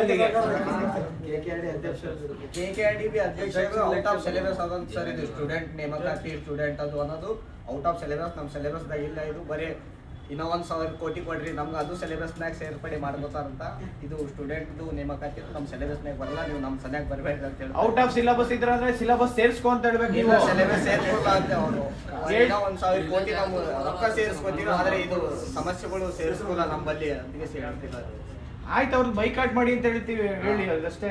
ನಿಮ್ಮಂತ ಅಧಿಕಾರಿಗಳೇ ನಮಗೆ ಬೇಡ, ನಿಮ್ಮಂತ ಚೇರ್ಮನ್ ಬೇಡ ಅಂತ ಹೇಳಿ. ಇಲ್ಲಿವರೆ MLA ಮಾಡ್ಯಾರ್ರಿ ಅವ್ರಿಗೆ. ಅದೇ ಸಮಸ್ಯೆ ಇಲ್ಲಿಂದ ಕ್ರಿಯೇಟ್ ಆಗೋದು ಗೊತ್ತಾ? ಒಂದು ಗ್ರಾಮ ಪಂಚಾಯತಿ ಎಲೆಕ್ಷನ್, ಗ್ರಾಮ ಪಂಚಾಯತಿ ಮೆಂಬರ್ಸ್ ಇಂದನೂ ಇಲ್ಲಿ ಸಮಸ್ಯೆ ಕ್ರಿಯೇಟ್ ಆಗುತ್ತೆ. ನೀವು ಒಬ್ಬ ಮೆಂಬರ್ ಸೆಲೆಕ್ಟ್ ಮಾಡೋಗಿರ್ಬೋದು, ZPTP ಎಲೆಕ್ಷನ್ ಮೆಂಬರ್ಸ್ ಇರ್ಬೋದು, ಆ ಚೇರ್ಮನ್ ಇರ್ಬೋದು, MLA ಇರ್ಬೋದು, ಯಾವುದೇ ಒಬ್ಬ ವ್ಯಕ್ತಿನ ಎಲೆಕ್ಟ್ ಮಾಡ್ಬೇಕಾದ್ರೆ 100 ಸತಿ ಯೋಚನೆ ಮಾಡಿ. ಇಲ್ಲಿ 2 ಓಟ್ ತಗೊಂತಾರೆ, 1 ಓಟ್ ಹಾಕ್ಬಿಟ್ಟು ಬರ್ತಾರೆ. ಕರೆಕ್ಟಾ? ಅದೇನಿಲ್ಲ, ಇನ್ನೂ 2 ಓಟ್ ಸೇರಿಸ್ಬಿಟ್ಟು ಕುಡಿಯೋದಕ್ಕೆ. ತಗೋಪ್ಪ ಭಿಕ್ಷೆ ತಗೋ, ಇದು ನಾನು ಹೇಳಿದ ಕೆಲಸ ಮಾಡುತ್ತೆ ಹೇಳಿ. ಅದು ಬರ್ಬೇಕದು. ಅದು ಬಂದಿಲ್ಲ ಅಂತಂದ್ರೆ ನಿಜ ಹೇಳ್ತೀನಿ ಕೇಳಿ, ಅವ್ರು ಅದಕ್ಕೆ ಹಗ್ಲೊತ್ತು ಯಾರು ದುಡ್ಡು ಕೊಡಕ್ ಬರಲ್ಲ. ನಾಳೆ ಎಲೆಕ್ಷನ್ ಅಂತಂದ್ರೆ ಇವತ್ತು ರಾತ್ರಿ ದುಡ್ಡು ಕೊಟ್ಬಿಟ್ಟು ಬೆಳಿಗ್ಗೆ ಓಟ್ ಹಾಕ್ಸ್ಕೊಂಡ್ಬಿಡ್ತಾರೆ ಅವರು. ಅವ್ರಿಗೆ ಗೊತ್ತು, ರಾತ್ರಿ ಎಲ್ಲ ಎದ್ದಿರ್ತಾರೆ ಮನೆಯಲ್ಲಿ, ಡೋರ್ ಕ್ಲೋಸ್ ಮಾಡೋದೇ ಇಲ್ಲ ಅವರು. ಹೌದಾ ಇಲ್ವಾ? ಮನೆಗೆ 5 ಓಟ್ ಇತ್ತಂದ್ರೆ 5,000ನ 10,000ನ 20,000ನ ಕೈ ಕೊಟ್ಬಿಟ್ಟು ಮನೆಯಲ್ಲಿ ಇರೋರು ಕಾಯ್ತಾ ಇರ್ತಾರೆ ಯಾವ ಬರ್ತಾರೆ ಅಂತೇಳಿ. ಬರ್ತಾರೆ, ಆಯ್ತು, ಡಿವೈಡ್ ಮಾಡ್ತಾರೆ. ಆ ಪಕ್ಷದವ್ರು ಇಷ್ಟು ಕೊಟ್ರ, ಈ ಪಕ್ಷದವ್ರು ಇಷ್ಟು ಕೊಟ್ರ, ನೀನು 2 ಓಟ್ ಅವ್ರಿಗೆ ಹಾಕು, ನಾನು 3 ಓಟ್ ಇವ್ರಿಗೆ ಹಾಕ್ತೀನಿ ಅಂತ ಮುಗೀತದು. ಸಮಸ್ಯೆ ಎಲ್ಲಿ ಬಗೆಹರಿತಿದ್ರೆ? ಸಮಸ್ಯೆ ಬಗೆಹರಿಬೇಕಂತಂದ್ರೆ ಎಲ್ಲಿವರೆಗೂ ನೀವು ದುಡ್ಡು ಇಸ್ಕೊಳಲ್ಲ, ನೀವು ಎಲೆಕ್ಷನ್ ಬೈಕಾಟ್ ಮಾಡಂಗಿಲ್ಲ. ದುಡ್ಡು ಕೊಡ್ತಾರಲ್ಲ ಅದನ್ನ ಬೈಕಾಟ್ ಮಾಡಿ ಸಾಕು. ಯಾರು ದುಡ್ಡು ಕೊಡ್ತಾರೆ ಅದನ್ನ ಬೈಕಾಟ್ ಮಾಡಿ ವಾಪಸ್ ಕಳಿಸ್ತಾ ಹೋಗಿ. ಆ ದುಡ್ಡೆಲ್ಲ ನೋಡಿ, ಆ ದುಡ್ಡು ಯಾರ್ದದು? ನಿಮ್ದೇ ದುಡ್ಡು. ಅವ್ರು ಕೊಡೋ ದುಡ್ಡು ನಿಮ್ದೇ ಅದು. ಇವತ್ತು ಒಂದು 100 ಜನ ನೀವು ದುಡ್ಡು ಕೊಟ್ಟು ಇಸ್ಕೊಂಡು ದುಡ್ಡು ಕೊಡಲ್ಲ ಅಂತಂದ್ರೆ ಆ ಒಂದು ಸ್ಟೇಟಿಗೆ, ಆ ಒಂದು ಕಾನ್ಸ್ಟಿಟ್ಯೂನ್ಸಿಗೆ ಫಂಡೇ ಬರಲ್ಲ. ಯಾಕೆಂದ್ರೆ ಇವ್ರು ಯಾರು ಈ ಕಾನ್ಸ್ಟಿಟ್ಯೂನ್ಸಿಯಲ್ಲಿ ದುಡ್ಡೇ ಇಸ್ಕೊಂತ ಇಲ್ಲ, ದುಡ್ಡನ್ನ ಬೈಕಾಟ್ ಮಾಡ್ತಿದ್ರೆ ಯಾವ ಪಾರ್ಟಿಯವರು ದುಡ್ಡು ಕಳ್ಸಲ್ಲ ಅಲ್ಲಿಗೆ. ಒಂದಿನ ಹೆಂಗಾಗುತ್ತಂದ್ರೆ ಪಾರ್ಟಿಗೆ ದುಡ್ಡು ಕೊಡ್ಬಾರ್ದು, ಆ ಒಂದು ಸಿಚುವೇಶನ್ ನೀವು ತಗೊಂಡ್ಬರ್ಬೇಕು. ಅದನ್ನ ಅರ್ಥ ಆಗ್ತಿದೆಯಲ್ಲ? ಪಾರ್ಟಿಯಲ್ಲಿ ಇವತ್ತು 1000 ಕೋಟಿ, ಲಕ್ಷಾಂತರ ಕೋಟಿ ಇರುತ್ತೆ. ಎಲೆಕ್ಷನ್ ಟೈಮ್ ಬರುತ್ತೆ, ಅವನು ಒಂದು MLA ನಿಂತ್ಕೊಂಡಿರ್ತಾನೆ, 50 ಕೋಟಿ 100 ಕೋಟಿ ಫಂಡ್ ಮಾಡ್ತಾನೆ ಅವನು. 50 ಕೋಟಿ 100 ಕೋಟಿಯಲ್ಲಿ ಒಂದು 10-15 ಕೋಟಿ ನಿಮ್ಗೆಲ್ಲ 1,000 2,000 ದುಡ್ಡು ಕೊಡ್ತಾರೆ, ಎಲೆಕ್ಷನ್ ವೋಟ್ ಹಾಕ್ಸ್ಕೊಂತಾರೆ. ಮತ್ತೆ ಅದೇ ಮೇಲೆ ನಿಮಗೆ ಒಂದು KKRDB ಚೇರ್ಮನ್ ಇರ್ಬೋದು, ಬೇರೆ ಬೇರೆ ಅಧ್ಯಕ್ಷರ ಅವ್ರು ಇವ್ರು ಮಾಡೋಂಥ ಯಾರು ಮಾಡೋದು? ಅವರೇ ಮಾಡೋದಲ್ಲ. MLA ಎಲೆಕ್ಟ್ ಆಗ್ತಾರೆ, ಅವನು ಸರ್ಕಾರ ಫಾರ್ಮ್ ಮಾಡ್ತಾರೆ, ಆ ಸರ್ಕಾರದಿಂದ ಮಿನಿಸ್ಟರ್ ಆಗ್ತಾರೆ. ಅದೇ ಮಿನಿಸ್ಟರ್ ಒಂದಷ್ಟು ಜನ ಕ್ಯಾಬಿನೆಟ್ ಮೆಂಬರ್ಸ್ ಇರ್ತಾರೆ, ಕ್ಯಾಬಿನೆಟ್ ಅಲ್ಲಿ ಇರ್ತಾರೆ. ಅವರೇ ರೂಲ್ ಮಾಡೋದು, ಅವರೇ ಒಂದು ಬಿಲ್ ಪಾಸ್ ಮಾಡೋದಂಥದ್ದು, ಒಂದು ಆಕ್ಟ್ ಆಗ್ಬೇಕಂದ್ರೆ ನಿಮ್ಮಿಂದನೇ ಆಗೋದದು. ನೀವು ದುಡ್ಡು ಇಸ್ಕೊಂಡಿರಾ, ವೋಟ್ ಮಾಡಬೇಕು. ಅದನ್ನ ನೀವು ಪ್ರತಿಯೊಬ್ರು ಆ ಒಂದು ಅವೇರ್ನೆಸ್ ಮೂಡಿಸ್ಕೊಬೇಕು. ಮತ್ತೆ ಯುವಕರು, ನಮ್ಮ ದೇಶದಲ್ಲಿ ಮೋರ್ ದೆನ್ 65% ಪಾಪ್ಯುಲೇಷನ್ 15 ಇಂದ 35 ಏಜ್ ಲಿಮಿಟ್ ಅಲ್ಲಿ ಇದ್ದಾರೆ, ಹೌದಾ? ಅಂಥದ್ರಲ್ಲಿ ನೀವು ಯಾವುದೇ ಪೊಲಿಟಿಷಿಯನ್ಸ್ ನೋಡಿ, ಯಾರಾದ್ರೂ 50 ವರ್ಷದ ಒಳಗಡೆ ಯಾರಾದ್ರೂ ಇದಾರ? ಹೋಗ್ಲಿ 40 ವರ್ಷ ಎಲ್ಲ ದುಡ್ಡಿರೋರು ಇನ್ನೇನ್ ನಾಳೆ ನಾಡಿದ್ದು ಸಾಯ್ತೀನಿ ಅನ್ನೋನು ಕೂಡ MLA ಆಗಿರ್ತಾನೆ. 80 ವರ್ಷ 90 ವರ್ಷ. ಕೆಲವೊಂದು MLA ಬಿಡಿ, ಅಸೆಂಬ್ಲಿ ಅನ್ನೋದು ಗೊತ್ತೇ ಇರಲ್ಲ ಅವ್ರಿಗೆ, ಒಂಥರ ಏನೋ ಟ್ರಿಪ್ ಇರುತ್ತೆ ಅವ್ರಿಗೆ. ಒಂದು ಏನ್ ಮಾತಾಡ್ಬೇಕನ್ನ ಗೊತ್ತಿರ್ತಾನೆ ಅವ್ರಿಗೆ. ಅಲ್ರಿ ಅವ್ರು ಸತ್ತವ್ರು ಎಲೆಕ್ಷನ್ MLA ಸತ್ರ ಸೆಷನ್ ಒಳಗೆ ಅದೇ ಮಾತಾಡ್ತಾರೆ ಒಂದ್ ತಾಸು. ಬೇರೆ ಸ್ಟೂಡೆಂಟ್ ಬಗ್ಗೆ ಯಾರು ಮಾತಾಡೋರೇ ಅವ್ರಿಗೆ ಅಲ್ಲ ಮಾತಾಡಿದ್ರೆ ಸತ್ತರ ಬಗ್ಗೆ ಮಿನಿಸ್ಟರ್ಗಳಿಗೆ ಯಾವ ಡಿಪಾರ್ಟ್ಮೆಂಟ್ ಆ ಮಿನಿಸ್ಟರ್ ಅಂತ ಅವ್ರ ಮಿನಿಸ್ಟರ್ಗಳಿಗೆ ಗೊತ್ತಿಲ್ರಿ. ಅವ್ರು ನಾ ಈ ಡಿಪಾರ್ಟ್ಮೆಂಟ್ ಮಿನಿಸ್ಟ್ರಿ ನಂದ್ಗಿಸಿ ಲಾಸ್ಟ್ ಟೈಮ್ ನಾವು ಬೈತಿ ಸುರೇಶ್ ಮಾತಾಡಿದರೆ UD Bengaluru water supply board ನಿಮ್ಮಲ್ಲಿ ಬರ್ತದೆ, ನಮ್ಮಲ್ಲಿ ಬರ್ತದ, ನಾವು ಕೇಳ್ಕೊತೀವಿ ವಿಚಾರ. ಅಲ್ಲ ಅವ್ರ ಯಾಕೆಂದ್ರೆ ಅವ್ರ ಹತ್ರ ಅಷ್ಟು ದುಡ್ಡಿದೆ ಇವಾಗ. ಅಷ್ಟು ದುಡ್ಡಿರೋದ್ರಿಂದ ಸಮಸ್ಯೆ ಆಗ್ತಾ ಇರೋದು, ಅವೇರ್ನೆಸ್ ಇಲ್ಲ. ನೀವು ಇಲ್ಲಿ ಕೆಲಸ ಮಾಡ್ಬೇಕನ್ನಂತ ವ್ಯಕ್ತಿಗಳಿಗೆ ನೀವು ಎಲೆಕ್ಟ್ ಮಾಡ್ತಾ ಇಲ್ಲ. ಯಾರ ಹತ್ರ ಎಷ್ಟು ದುಡ್ಡಿದೆ, ಅವ್ನ್ ಆ ಮನುಷ್ಯ ಏನ್ರಲ್ಲಿ ಬಂದ? ಓ ಬೆನ್ಸ್ ಕಾರಲ್ಲಿ ಬಂದ, ಇಲ್ಲ ಇಲ್ಲ ಇಲ್ಲಿ ಎಲೆಕ್ಷನ್ಗೆ ವೋಟ್ ಹಾಕ್ಬೇಕಾದ್ರೆ ಆ ಮನುಷ್ಯ ಬೆನ್ಸ್ ಕಾರಲ್ಲಿ ಬಂದ, ಇಲ್ಲ ಇನೋವಾದ ಬಂದ, ಆಡಿಯಲ್ಲಿ ಬಂದ, ಇಲ್ಲ ಫ್ಲೈಟ್ ಅಲ್ಲಿ ಬಂದ, ಈ ತರ ಯೋಚನೆ ಮಾಡಿ, ಅದನ್ನ ಯೋಚನೆ ಮಾಡಿ ಅವನ ಹತ್ರ ಎಷ್ಟು ಆಸ್ತಿ ಇದೆ ಅನ್ನೋದ್ರ ಬಗ್ಗೆ ಯೋಚನೆ ಮಾಡಿ ನೀವು ವೋಟ್ ಹಾಕಂತದ್ದು. ಫಸ್ಟ್ ಅದು ಹೋಗ್ಬೇಕು. ಆ ಮನುಷ್ಯ ಏನ್ ಎಜುಕೇಶನ್ ಏನ್ ಮಾಡಿದಾನೆ, ಏನ್ ಓದಿದಾನೆ, ಜನಗಳಿಗೆ ಯಾವ ರೀತಿ ಹೆಲ್ಪ್ ಮಾಡಿದಾನೆ, ಅವನು ಪ್ರಶ್ನೆ ಮಾಡ್ತಾನ, ಅಸೆಂಬ್ಲಿಲಿ ಮಾತಾಡ್ತಾನ, ನಮ್ಮ ಸಮಸ್ಯೆ ಬಗೆಹರಿಸ್ತಾನ ಅನ್ನೋದ್ರ ಬಗ್ಗೆ ಯಾವಾಗ ಯೋಚನೆ ಮಾಡಿ ವೋಟ್ ಹಾಕಿರಲ್ಲ. ಸರ್, ನಮ್ಮದೊಂದು ಕೊನೆಯ ಪ್ರಶ್ನೆ ಸರ್. ಕರ್ನಾಟಕದಲ್ಲಿಯೇ ಅತಿ ಕೊನೆಯ ಸ್ಥಾನದಲ್ಲಿರ್ತಕ್ಕಂಥ SSLC ಮತ್ತು ದ್ವಿತೀಯ ಪರೀಕ್ಷೆಯಲ್ಲಿ ನಮ್ಮ ಭಾಗದಲ್ಲಿದೆ, ಕಲಬುರಗಿ ಲಾಸ್ಟ್ ಇದೆ ಸರ್. ಇಲ್ಲಿ ಭಾಗದ ಅಧಿಕಾರಿಗಳಿಗೆ ಮತ್ತು ರಾಜಕಾರಣಿ ತಾವು ಏನು ಸೂಚನೆ ಮಾಡ್ತಾರೆ? SSLC ಮತ್ತು ದ್ವಿತೀಯ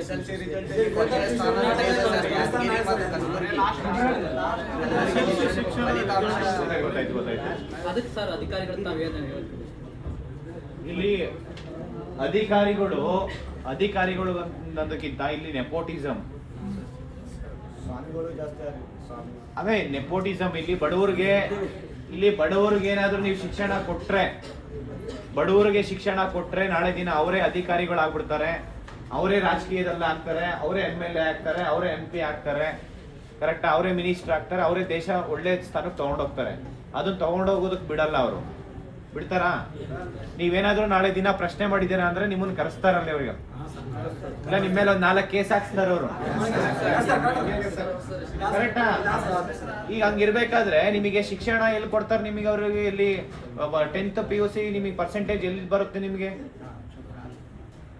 ಅವನ್ ನಿಮಗೆ ಕೈಯಲ್ಲಿ 4 ಬುಕ್ಸ್ ಕೊಡೋ ಬದಲು ಅವನ್ ಏನ್ ಕೊಡ್ತಾ ಇದ್ದಾನೆ ಗೊತ್ತಾ? ಇವತ್ತು ಏನ್ ಕೊಡ್ತಾ ಇದ್ದೀನಿ ಹೇಳಿ? ಕಾಂಕ್ರೀಟ್ ಕೆಲಸ ಮಾಡು, ಗಾರೆ ಕೆಲಸ ಮಾಡು, ಇಲ್ಲ ತೋಟದ ನೀರ್ ಕಟ್ಟಕ್ ಹೋಗು, ಕೆಲಸ ಮಾಡಿ, ಇದೇ ಮಾಡ್ತಾರ ಅವರು. ಇಲ್ಲಾಂದ್ರೆ ಅವ್ರು ಫಂಕ್ಷನ್ ಮಾಡ್ಕೊತ ಹೋಗ್ತಾರೆ, ಅಲ್ಲಿ ಮತ್ತೆ ಇನ್ನೇನ್ ಬರ್ತಾಡಿ? ಅದಕ್ಕೂ ಜಾಸ್ತಿ ಅಂತಂದ್ರೆ ಇನ್ನ ಒಂದಷ್ಟು ಕುಡಿಯೋ ಚಟ ಬೆಳೆಸ್ಬಿಡ್ತಾರೆ.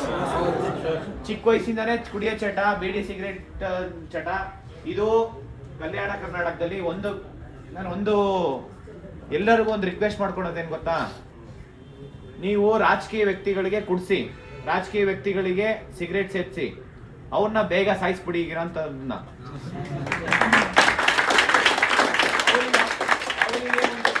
ಅವರಿಗೆ ಕ್ಯಾನ್ಸರ್ ಬರಬೇಕು, ಬೇರೆ ಬೇರೆ ಇನ್ನು ಯಾವ್ಯಾವ ರೋಗಗಳು ಇದಾವೋ ಅವ್ರಿಗೆ ಬಂದು ಸಾಯ್ಬೇಕು. ನಿಜ ಹೇಳ್ತೀನಿ ಕೇಳಿ. ನೀವು ಚಿಕ್ಕ ಮಕ್ಕಳು ಯಾರೋ ಅಪ್ ಟು 30, 35, 40 ಇರೋಂಥವ್ರು, ಅವ್ರು ಈ ಒಂದು ಯೂತ್ಸು ದಯವಿಟ್ಟು ಈ ಒಂದು ಬೀಡ ಗುಟ್ಕಾ ಬಿಡಿ ಸಿಗರೆಟ್ಟು ಕುಡಿಯೋ ಚಟ ಕೆಟ್ಟ ಚಟಗಳಿಂದ ದೂರ ಇಡಿ. ಚಿಕ್ಕ ಮಕ್ಕಳಿಗೆ ಅವೇರ್ನೆಸ್ ಇಲ್ಲ. ಇಲ್ಲಿ ಮೇನ್ ಏನಂದ್ರೆ ಅವೇರ್ನೆಸ್ ತುಂಬಾ ಇಂಪಾರ್ಟೆಂಟು. ಸ್ಕೂಲು ಕಾಲೇಜಸ್ಗೆ ಇಲ್ಲಿ NGOs ಜಾಸ್ತಿ ಆಗಬೇಕು. ಇಲ್ಲಿ ಬಾರ್ ಅಂಡ್ ರೆಸ್ಟೋರೆಂಟ್ ಜಾಸ್ತಿ ಆಗೋದಲ್ಲ, NGO ಜಾಸ್ತಿ ಆಗಬೇಕು. ಎಜುಕೇಶನ್ ಮೇಲೆ ಜಾಸ್ತಿ ಫೋಕಸ್ ಮಾಡಬೇಕು, ಹೆಲ್ತ್ ಮೇಲೆ ಜಾಸ್ತಿ ಫೋಕಸ್ ಮಾಡಬೇಕು, ಸ್ಪೋರ್ಟ್ಸ್ ಆಕ್ಟಿವಿಟೀಸ್ ಮೇಲೆ ಜಾಸ್ತಿ ಫೋಕಸ್ ಮಾಡಬೇಕು. ನೀವೆಲ್ಲ ಯಾರು ಕಾಂಪಿಟೇಟಿವ್ ಆಸ್ಪಿರೆಂಟ್ಸ್ ಓದ್ತಾ ಇದ್ದೀರಾ ಅವರೆಲ್ಲ ಅಟ್ಲೀಸ್ಟ್ ವಾರಕ್ಕೆ ವೀಕ್ಲಿ ಒಂದ್ಸತಿ ಆದರೂ ಈ 10th PUC up to 10th ಏನಿದೆಯಲ್ಲ, ಈ 7th ಇಂದ 10th ಸ್ಕೂಲ್ ಇರುತ್ತೆ, ಹೈಸ್ಕೂಲು ಮತ್ತೆ PU ಸ್ಕೂಲ್ಗೆ ವಾರಕ್ಕೆ ಒಂದ್ಸತಿ ನೀವು ವಿಸಿಟ್ ಮಾಡಬೇಕು. ನೀವೆಲ್ಲರೂ ಅಲ್ಲಿರೋ ಎನ್ವಿರಾನ್ಮೆಂಟ್ ಅಲ್ಲೂ ನೀವು ಚೇಂಜಸ್ ಮಾಡಬೇಕು, ಅವೇರ್ನೆಸ್ ಕೊಡಬೇಕು, ಎಜುಕೇಶನ್ ಇಂಪಾರ್ಟೆನ್ಸ್ ಏನಿದೆ ಅಂತ ನೀವು ತೋರಿಸ್ಬೇಕು. ಆವಾಗ ನೀವು 10th PUC 100% ಹೇಳ್ತೀನಿ ಕೇಳಿ. ನೀವು ಈಗೇನು ಸೆಕೆಂಡ್ ಇದೆಯಲ್ಲ, ನೀವೇ ಸೆಕೆಂಡ್ ಆಗಬೇಕು. ಟಾಪ್ ಇಂದ ಬಾಟಮ್ ಇಂದ ಸೆಕೆಂಡ್ ಅಲ್ಲ, ಟಾಪ್ ಇಂದ ಸೆಕೆಂಡ್ ಫಸ್ಟ್ ರ್ಯಾಂಕ್ ನೀವು ಇರಬೇಕು. ಆ ರೀತಿ ನಿಮ್ಮಿಂದ ಚೇಂಜಸ್ ಮಾಡೋದಕ್ಕಾಗುತ್ತೆ. ನೀವು ಕಡಿಮೆ ಸ್ಕೋರ್ ಬಂತು, ಇಲ್ಲ ನಮಗೆ ರಿಸಲ್ಟ್ಸೇ ಬರ್ತಾ ಇಲ್ಲ ಅನ್ನೋದು ಅದು ನಿಮ್ಮ ಮೈಂಡ್ ಸೆಟ್. ಇದು ಹೆಂಗಾಗ್ಬಿಟ್ಟಿತ್ತು ಅಂತಂದ್ರೆ ಬಡವ ಹಾಗೇ ಉಳ್ಕೊಂತ ಇದ್ದಾನೆ, ಶ್ರೀಮಂತ ಆಗ್ತಾ ಇದ್ದಾನೆ. ಅದೇ ರೀತಿ ನಿಮ್ಗೆಲ್ರಿಗೂ ರಿಕ್ವೆಸ್ಟ್ ಮಾಡ್ಕೊತೀನಿ, ನೀವು ಇವತ್ತಿಂದ ನೀವು ಬೀಡಿ ಸಿಗರೇಟ್ ಸೇರುವಂಥದ್ದು ಅದು ಮಾಡಬಾರ್ದು. ಗುಟ್ಕಾ ಹಾಕ್ತಿದ್ದೀರಾ ಅದು ಮಾಡಬಾರ್ದು. ಡ್ರಿಂಕ್ಸ್ ಮಾಡ್ತಿದ್ದೀರಾ ಅದು ಮಾಡಬಾರ್ದು. ಅದು ಮಾಡೋ ಟೈಮನ್ನ ಇಲ್ಲಿ ಸ್ಕೂಲ್ ಮಕ್ಕಳಿಗೆ ಕೊಡಿ. ಯಾಕೆ ಅಂತಂದ್ರೆ ನಿಮ್ಮನ್ನೆಲ್ಲ ನೋಡ್ಕೊಂಡು ಏನ್ ಯೂತ್ಸ್ ಇದ್ದೀರಾ, ನೀವು ಇಲ್ಲಿ ಯಾರು ಮಾಡ್ದೆ ಇದ್ದವರು ಮಾಡೋ ಅಂಥವ್ರನ್ನ ನೋಡ್ಕೊಂಡು ಚಿಕ್ಕ ಹುಡುಗರು ಕಲ್ತ್ಕೊಂತ ಬರ್ತಾರೆ. ಮತ್ತೆ ಇನ್ನೊಂದು ಏನಪ್ಪಾ ಅಂತಂದ್ರೆ ಇಲ್ಲಿ ಬಡತನ ಜಾಸ್ತಿ ಇದೆ. ಬಡತನ ಪಾವರ್ಟಿ ಅನ್ನೋದು poverty is the one of the reason ಇಲ್ಲಿ ರಿಸಲ್ಟ್ಸ್ ಬರ್ದೇ ಇರೋದಕ್ಕೆ. ನೀವು ಅಲ್ಲಿ ಏನ್ 2,000 3,000 ಅಂತ ಇದು ಹೆಣ್ಮಕ್ಳು ಕೊಡ್ತೀರಲ್ಲ ಫ್ರೀ ಗ್ಯಾರಂಟೀಸು, ಅದೇ 2-3 ಸಾವಿರ ನೀವು ಆ ಮಕ್ಳ ಮೇಲೆ ಇನ್ವೆಸ್ಟ್ ಮಾಡಿದ್ದಿದ್ರೆ ಲೈಬ್ರರಿ ಫೆಸಿಲಿಟೀಸು ಮತ್ತೆ ಎಕ್ಸ್ಟ್ರಾ ಟೀಚರ್ಸು ಮತ್ತೆ sports activities extra curricular activities ನೀವು ಏನಾದ್ರೂ ಇನ್ವೆಸ್ಟ್ ಮಾಡಿದ್ರೆ ಇವತ್ತು ನಿಮ್ಮ ಇದು ಕಲ್ಯಾಣ ಕರ್ನಾಟಕದಲ್ಲಿ ಈ ತರ ಪರಿಸ್ಥಿತಿ ಬರ್ತಿತ್ತಾ? ಒಳ್ಳೆ ರಿಸಲ್ಟ್ ಬರ್ತಿರ್ಲಿಲ್ಲ. ದಯವಿಟ್ಟು ಇದ್ರ ಮೇಲೆ ಸ್ವಲ್ಪ ಫೋಕಸ್ ಮಾಡೋಣ, ಎಲ್ಲರೂ ಸೇರಿ ಮಾಡೋಣ. ನೆಕ್ಸ್ಟ್ ಅಕಾಡೆಮಿಕ್ ನೆಕ್ಸ್ಟ್ ರಿಸಲ್ಟ್ಸ್ ಏನ್ ಬರುತ್ತೆ, ನೆಕ್ಸ್ಟ್ ಈಗ ಮಾರ್ಚ್ ಏಪ್ರಿಲ್ ಅಲ್ಲಿ ಎಕ್ಸಾಮ್ಸ್ ಇರುತ್ತೆ. ಸ್ವಲ್ಪ ಅವೇರ್ನೆಸ್ ಮೂಡಿಸಿ. ಎಜುಕೇಶನ್ ಇಂಪಾರ್ಟೆನ್ಸ್ ತುಂಬಾ ಇಂಪಾರ್ಟೆಂಟು. ಇವತ್ತು ಎಜುಕೇಶನ್ ತಗೊಂಡ್ರೆ ಏನ್ ಬೇಕಾದ್ರೂ ಮಾಡ್ಬೋದು. ಅವ್ರ ಹುಡುಗರು ಫೇಲ್ ಆಗ್ತಾರೆ 3 ಸರಿ ಎಕ್ಸಾಮ್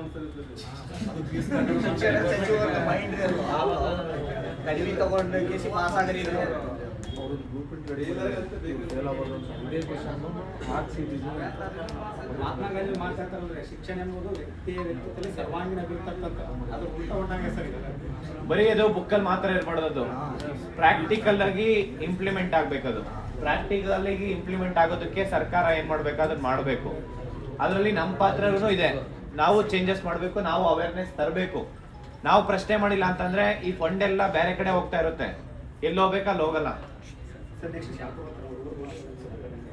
ಸರ್ ಒಂದು ರಿಕ್ವೆಸ್ಟ್ ರೀ ಸರ್, ಈಗ ಧಾರವಾಡನಾಗ ಹೋರಾಟ ಮಾಡ್ತಿರಲ್ರಿ ಸರ್, ಅಲ್ಲಿ ಮುಗಿಯೋಣ ನಮ್ಮ ಕಲ್ಯಾಣ ಕರ್ನಾಟಕದಾಗ ಫಸ್ಟ್ ಇಯರ್ ತಾಲೂಕು ಮಾಡ್ಬೇಕಂತೇಳಿ ನಮ್ಮ ನಿಮ್ಮ ಕಡೆ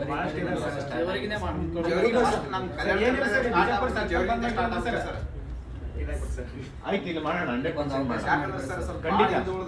ಇಲ್ಲ, ನಾನು ಕೇಳಿದೆ, ಇಲ್ಲಿ ಜೇವರ್ಗಿ ತಾಲೂಕಲ್ಲಿ ಅತಿ ಹೆಚ್ಚು ಕಾಂಪಿಟೇಟಿವ್ ಆಸ್ಪಿರೆಂಟ್ಸ್ ಓದಂತ ಇರೋದು ಅತಿ ಹೆಚ್ಚು. ತುಂಬಾ ಖುಷಿ ಆಯ್ತು. ಯಾಕೆ ಅಂತಂದ್ರೆ ಇಷ್ಟು ಹಿಂದುಳಿದ್ರು ಅತಿ ಹೆಚ್ಚು ಬರ್ತಿದಾರಲ್ಲ, ನಿಮ್ಮಲ್ಲಿ ಜಾಸ್ತಿ ಜನ ಇದಾರ ಅಂತಂದ್ರೆ ಓದಂತವ್ರು ಕಾಂಪಿಟೇಟಿವ್ ಓದಂತ ಆಸ್ಪಿರೆಂಟ್ಸ್. ನೋಡಿ, ಇಲ್ಲಿ ಕಾಂಪಿಟೇಟಿವ್ ಆಸ್ಪಿರೆಂಟ್ಸ್ ಹೋದ್ರೆ ಯಾವುದೇ ಡಿಗ್ರಿ ಸರ್ಟಿಫಿಕೇಟ್ ಕೊಡಲ್ಲ, ಯಾವ್ದು PhD ಸರ್ಟಿಫಿಕೇಟ್ ಕೊಡಲ್ಲ. ನಿಮ್ಗೆ ಇಲ್ಲಿ ಅತಿ ಹೆಚ್ಚಿಷ್ಟು ಜನ ಓದ್ತಾ ಇದ್ದೀರಾ ಅಂತಂದ್ರೆ ನಿಮ್ಗೆ ಇಷ್ಟು ಅವೇರ್ನೆಸ್ ಇದೆ ಅಂತ ಹೇಳಿ. ಈ ಅವೇರ್ನೆಸ್ 10th PUC ಮಕ್ಳಿಗೆ ಬರಬೇಕು. ಅರ್ಥ ಆಯ್ತಲ್ಲ? ಅಲ್ಲಿ ಎಲ್ರು ಏನ್ ಪಾಸ್ ಆದವರೆಲ್ಲ ಇಲ್ಲಿ ಏನ್ ಓದಕ್ ಬರ್ತಾರೆ, ನಿಮ್ಗೆಲ್ಲ ಅವೇರ್ನೆಸ್ ಕೊಡ್ಬೇಕು. ಹೌದು, ಪರಿಸ್ಥಿತಿ ಹಿಂಗಿರುತ್ತೆ. ಒಬ್ಬ ಎಜುಕೇಟೆಡ್ ಪರ್ಸನ್ಗೂ ನಾನ್ ಎಜುಕೇಟೆಡ್ ಪರ್ಸನ್ಗೂ ತುಂಬಾ ಡಿಫ್ರೆನ್ಸ್ ಇರುತ್ತೆ. ಕರೆಕ್ಟಾ? ಅವ್ನು 10th ಫೈಲ್ ಆಗಿ ಇಲ್ಲಿ ಆಟೋ ಡ್ರೈವರ್ ಆಟೋ ಓಡಿಸ್ಕೊಂಡಿರ್ಬೇಕು, ಇಲ್ಲ ಅಂತಂದ್ರೆ ಯಾವ್ದೊಂದು ಕ್ಯಾಬ್ ಓಡಿಸ್ಕೊಂಡಿರ್ಬೇಕು, ಇಲ್ಲ ಲಾರಿ ಡ್ರೈವರ್ ಆಗ್ಬೇಕು, ಇಲ್ಲ ಕಾಂಕ್ರೀಟ್ ಕೆಲಸ ಮಾಡ್ಕೊಂಡಿರ್ಬೇಕು. ಹೌದಾ? ನೀವಿಲ್ಲಿ ಒಂದು 10th PUC ಒಳ್ಳೆ ಎಜುಕೇಶನ್, ಕ್ವಾಲಿಟಿ ಎಜುಕೇಶನ್ ತಗೊಂಡ್ರೆ ಒಂದು ಒಳ್ಳೆ ಆಫೀಸರ್ ಆಗ್ಬೋದಲ್ವಾ, ಒಂದು ಒಳ್ಳೆ ಸರ್ಕಾರಿ ಕೆಲಸ ತಗೊಬೋದು.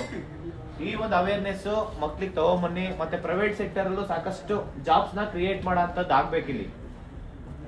ಸರ್ ನೀವು ಬಂದಿರಂದ್ರೆ ಎಲ್ಲರೂ ಪರಿಚಯಿಸಿದ್ದು ಎಲ್ಲರೂ ಬರ್ತಾ ಅಂತ ಹೇಳಿ ಸರ್. ಆಲ್ಮೋಸ್ಟ್ ಎಲ್ಲ ಸರ್ಗಳು ಹೇಳ್ಯಾರ ಸರ್. ಅವ್ರು ಅಂತಾರೆ ಸರ್, ನೀವು ಹೇಳ್ರಿ ಸರ್, ನೀವು ಬರೋಕ್ಕಿಂತ ಮುಂಚೆ ಹೇಳ್ರಿ, ಅದು ಮಾತಲ್ಲ. ನಾನು 100% ಬರ್ತೀನಿ. ನೀವು ಬಂದಿರಂದ್ರೆ ಏನೋ ದೊಡ್ಡ ಮಟ್ಟದಾಗ ಅದೇನಂತ ಮತ್ತೆ ಧಾರವಾಡ, ಎರಡನೇ ಧಾರವಾಡ ನಮ್ಮ ಜೋರಿಗೆ ಆಗೋದು ಭಾಳ ಮಂದಿ ಅದೇ. ಎಲ್ಲರೂ ಒಗ್ಗಟ್ಟಾಗಿ 100% ಮಾಡೋಣ. ಯಾವುದೇ ಕಾರಣಕ್ಕೂ ನಾವು ಈ ಒಂದು ಹೋರಾಟನ ನಮ್ಮ ಒಂದು ಹಕ್ಕಿಗೋಸ್ಕರ ಮಾಡ್ತಾ ಇರೋದು, ನಿಮ್ಮ ಭವಿಷ್ಯಕ್ಕೋಸ್ಕರ ಮಾಡ್ತಾ ಇರೋಂಥ ಹೋರಾಟ ಇದು. ನಿಮ್ಮ ಭವಿಷ್ಯಕ್ಕೋಸ್ಕರ ಮಾಡ್ತಾ ಇರೋಂಥ ಹೋರಾಟ. ಹಂಗಾಗಿ ಎಲ್ಲರೂ ಕೈ ಜೋಡಿಸ್ಬೇಕು. ಇದು ಇರ್ರೆಸ್ಪೆಕ್ಟಿವ್ ಪಾರ್ಟಿ ಇರ್ಬೋದು, ಪೊಲಿಟಿಕ್ಸ್, ಜೆಂಡರ್ ಏನೇ ಇರ್ಬೋದು, ಅದನ್ನೆಲ್ಲ ಹೊರತುಪಡಿಸಿ ಈ ಒಂದು ಹೋರಾಟ ಯಾರು ವಿರುದ್ಧ ಮಾಡ್ತಾ ಇದೀವಿ ಅಂತಂದ್ರೆ ಸರ್ಕಾರಕ್ಕೆ ನಾವು ಬೇಕು ಅಂತ ಮಾಡ್ತಾ ಇಲ್ಲ, ನಾವು ಪ್ರಶ್ನೆ ಮಾಡ್ತಾ ಇದೀವಿ ನಮ್ಮ ರೈಟ್ಸ್ ನ ನಾವು ತಗೊಳ್ಳೋದಕ್ಕೋಸ್ಕರ. ಇದು ಅನಿವಾರ್ಯ. ಇದು ಪ್ರತಿಭಟನೆ ಅನ್ನೋದು ಇದು ಅನಿವಾರ್ಯ ಆಗಿದೆ. ಸರ್ಕಾರ ಬೇಕು ಅಂತಾನೆ ಮಾಡ್ತಾ ಇರೋಂಥದ್ದು. ಅವರಿಗೆ ಎಚ್ಚರಿಸ್ಬೇಕು. ಈಗ ಯಾರಾದ್ರೂ ಒಬ್ರು ಹೇಳೋಂಥವ್ರು ಇರ್ಬೇಕಲ್ವಾ, ತಪ್ಪು ಮಾಡ್ತಾ ಇದೀರಾ ಅಂತಂದ್ರೆ ಅದನ್ನ ನಾವು ಪ್ರಶ್ನೆ ಮಾಡಿ ಹೇಳೋಂಥದ್ದು ಇರ್ಬೇಕು. ಹಂಗೆ ಹೇಳಿ ನಮ್ಮ ರೈಟ್ಸ್ ನ ನಾವು ತಗೊಳ್ಳೋಣ. ಇನ್ನು ಏನಾದ್ರೂ ಪ್ರಶ್ನೆ ಇದೆಯಾ? ಸರ್ ನಿಮ್ಗೆ ಕನೆಕ್ಟ್ ಆಗ್ಬೇಕಂದ್ರೆ ಏನು ಈಸಿಲಿ 100% ನನ್ನ ನಂಬರ್ ಇರುತ್ತೆ. ಫ್ರೀಯಾಗ 1-2 ಸತಿ ಮಾಡಿಲ್ಲ ಅಂದ್ರೆ 1-5-6 ಸತಿ ಕಾಲ್ ಮಾಡ್ಬಿಟ್ಟು 100%. 3 ತಿಂಗಳ ಕರೀತೀನಿ, 2 ತಿಂಗಳ ಕರೀತೀನಿ, 3 ದಿನದ ಕರೀತೀನಿ ನಾವು ಮಾತಾಡ್ತಾರಲ್ಲ. ಎಲ್ಲ ಸುಳ್ಳು. ಈಗ ನಾನು ಹೇಳ್ತೇನಲ್ಲ, ಈಗ ಅತಿ ಶೀಘ್ರದಲ್ಲಿ ಗೊತ್ತಿಲ್ಲ ಮಾಹಿತಿ ತರಿಸ್ಕೊತೀನಿ, 7 ದಿನ ನೋಟಿಫಿಕೇಶನ್, 2 ದಿನ ನೋಟಿಫಿಕೇಶನ್ ಮಾಡಿ ಅಂತ ಹೇಳಿನೇ 2 ವರ್ಷ ಆಗ್ತಾ ಇದೆ. 2 ದಿನ ಅಂದ್ರೆ ಗೊತ್ತಿಲ್ಲ ಅಂತ ಅನ್ಕೊಂತೀನಿ. ಒಬ್ಬ ಕರ್ನಾಟಕ ಗೌರ್ಮೆಂಟ್ ಒಬ್ಬರಿಗೆ ಕಾಮನ್ ಸೆನ್ಸ್ ಅನ್ನೋದಿಲ್ಲ, ಒಟ್ಟ ಗೊತ್ತಿಲ್ಲ, ನನಗೆ ಏನು ಮಾಡಿಲ್ಲ ಅಂತ ಹೇಳಿ. ಈಗ ಒಂದು ವಿಚಾರ ಹೇಳ್ತೀರಿ, ಅವರೇ ಯಾಕೆ ಟ್ರಿಗರ್ ಆಗ್ತಿದ್ದಾರೆ ಅಂತ ಗೊತ್ತಾಗ್ತಾ ಇಲ್ಲ ನನಗೆ. ಈಗ ನನಗೆ ತುಂಬಾ ಟ್ರೋಲ್ ಮಾಡ್ತಾ ಮಾಡ್ತೀರಾ, ನೀವು ಮಾಡೋ ಕೆಲಸ ಕರೆಕ್ಟ್ ಆಗಿ ಮಾಡಿ, ಟ್ರೋಲ್ ಯಾಕೆ ಮಾಡ್ತಾರೆ? ಸರ್ ಈಗ ಹೇಳಕಂತ ನಾವು ಇದೇನೋ ಸ್ಟ್ರೈಕ್ ಆಗಿ ಧಾರವಾಡ ಬಿಜಾಪುರ ಮೇಲೆ ಪರಮೇಶ್ವರ್ ಹೇಳಕಂತಾರೆ, ಇನ್ನು ಮುಂದೆ ಏನು ಪೋಸ್ಟ್ 3 ಲಕ್ಷ ಈಗ ಮುಂದೆ ಮಾಡ್ತೀವಿ ಅಂತ. ಇನ್ನು 3 ಲಕ್ಷ ಆ್ಯಡ್ ಆದ್ಮೇಲೆ ಬರ್ತಾರೆ. ಮುಂದೆ ಮಾಡ್ತೀವಿ ಅಂತ ಮಾತಾಡ್ತಾರೆ ಸರ್. ಇಲ್ಲ ಅವರು ನೋಡಿ, ಈಗ ಅತಿ ಶೀಘ್ರದಲ್ಲಿ ಗೊತ್ತಿಲ್ಲ ಅನ್ನೋದ್ರದ್ದು ಮುಂದೆ ಮಾಡ್ತೀವಿ ಹೊಸ ಪದ ಇದು. ಈಗ ನಾವು ಅದನ್ನ ಹೇಳ್ತೀವಿ, ಪ್ರತಿ ಒಂದು ಡಿಸ್ಟಿಕ್ ಅಲ್ಲೂ ಪ್ರತಿ ಒಂದು ತಾಲೂಕಲ್ಲೂ ಹೋರಾಟ ಆದ್ರೆ ತಾನೇ ಸರಿಪಡಿಸ್ಬೋದು. ಅರ್ಥ ಆಗ್ತಿದೆಯಾ? ಅದಕ್ಕೆ ನಾನು ಈಗ ಎಲ್ಲಾ ಡಿಸ್ಟಿಕ್ ತಾಲೂಕು ಹಿಂಗೆ ಹೋಗ್ತಾ ಇದೀವಿ. 100% ಮಾಡೋಣ.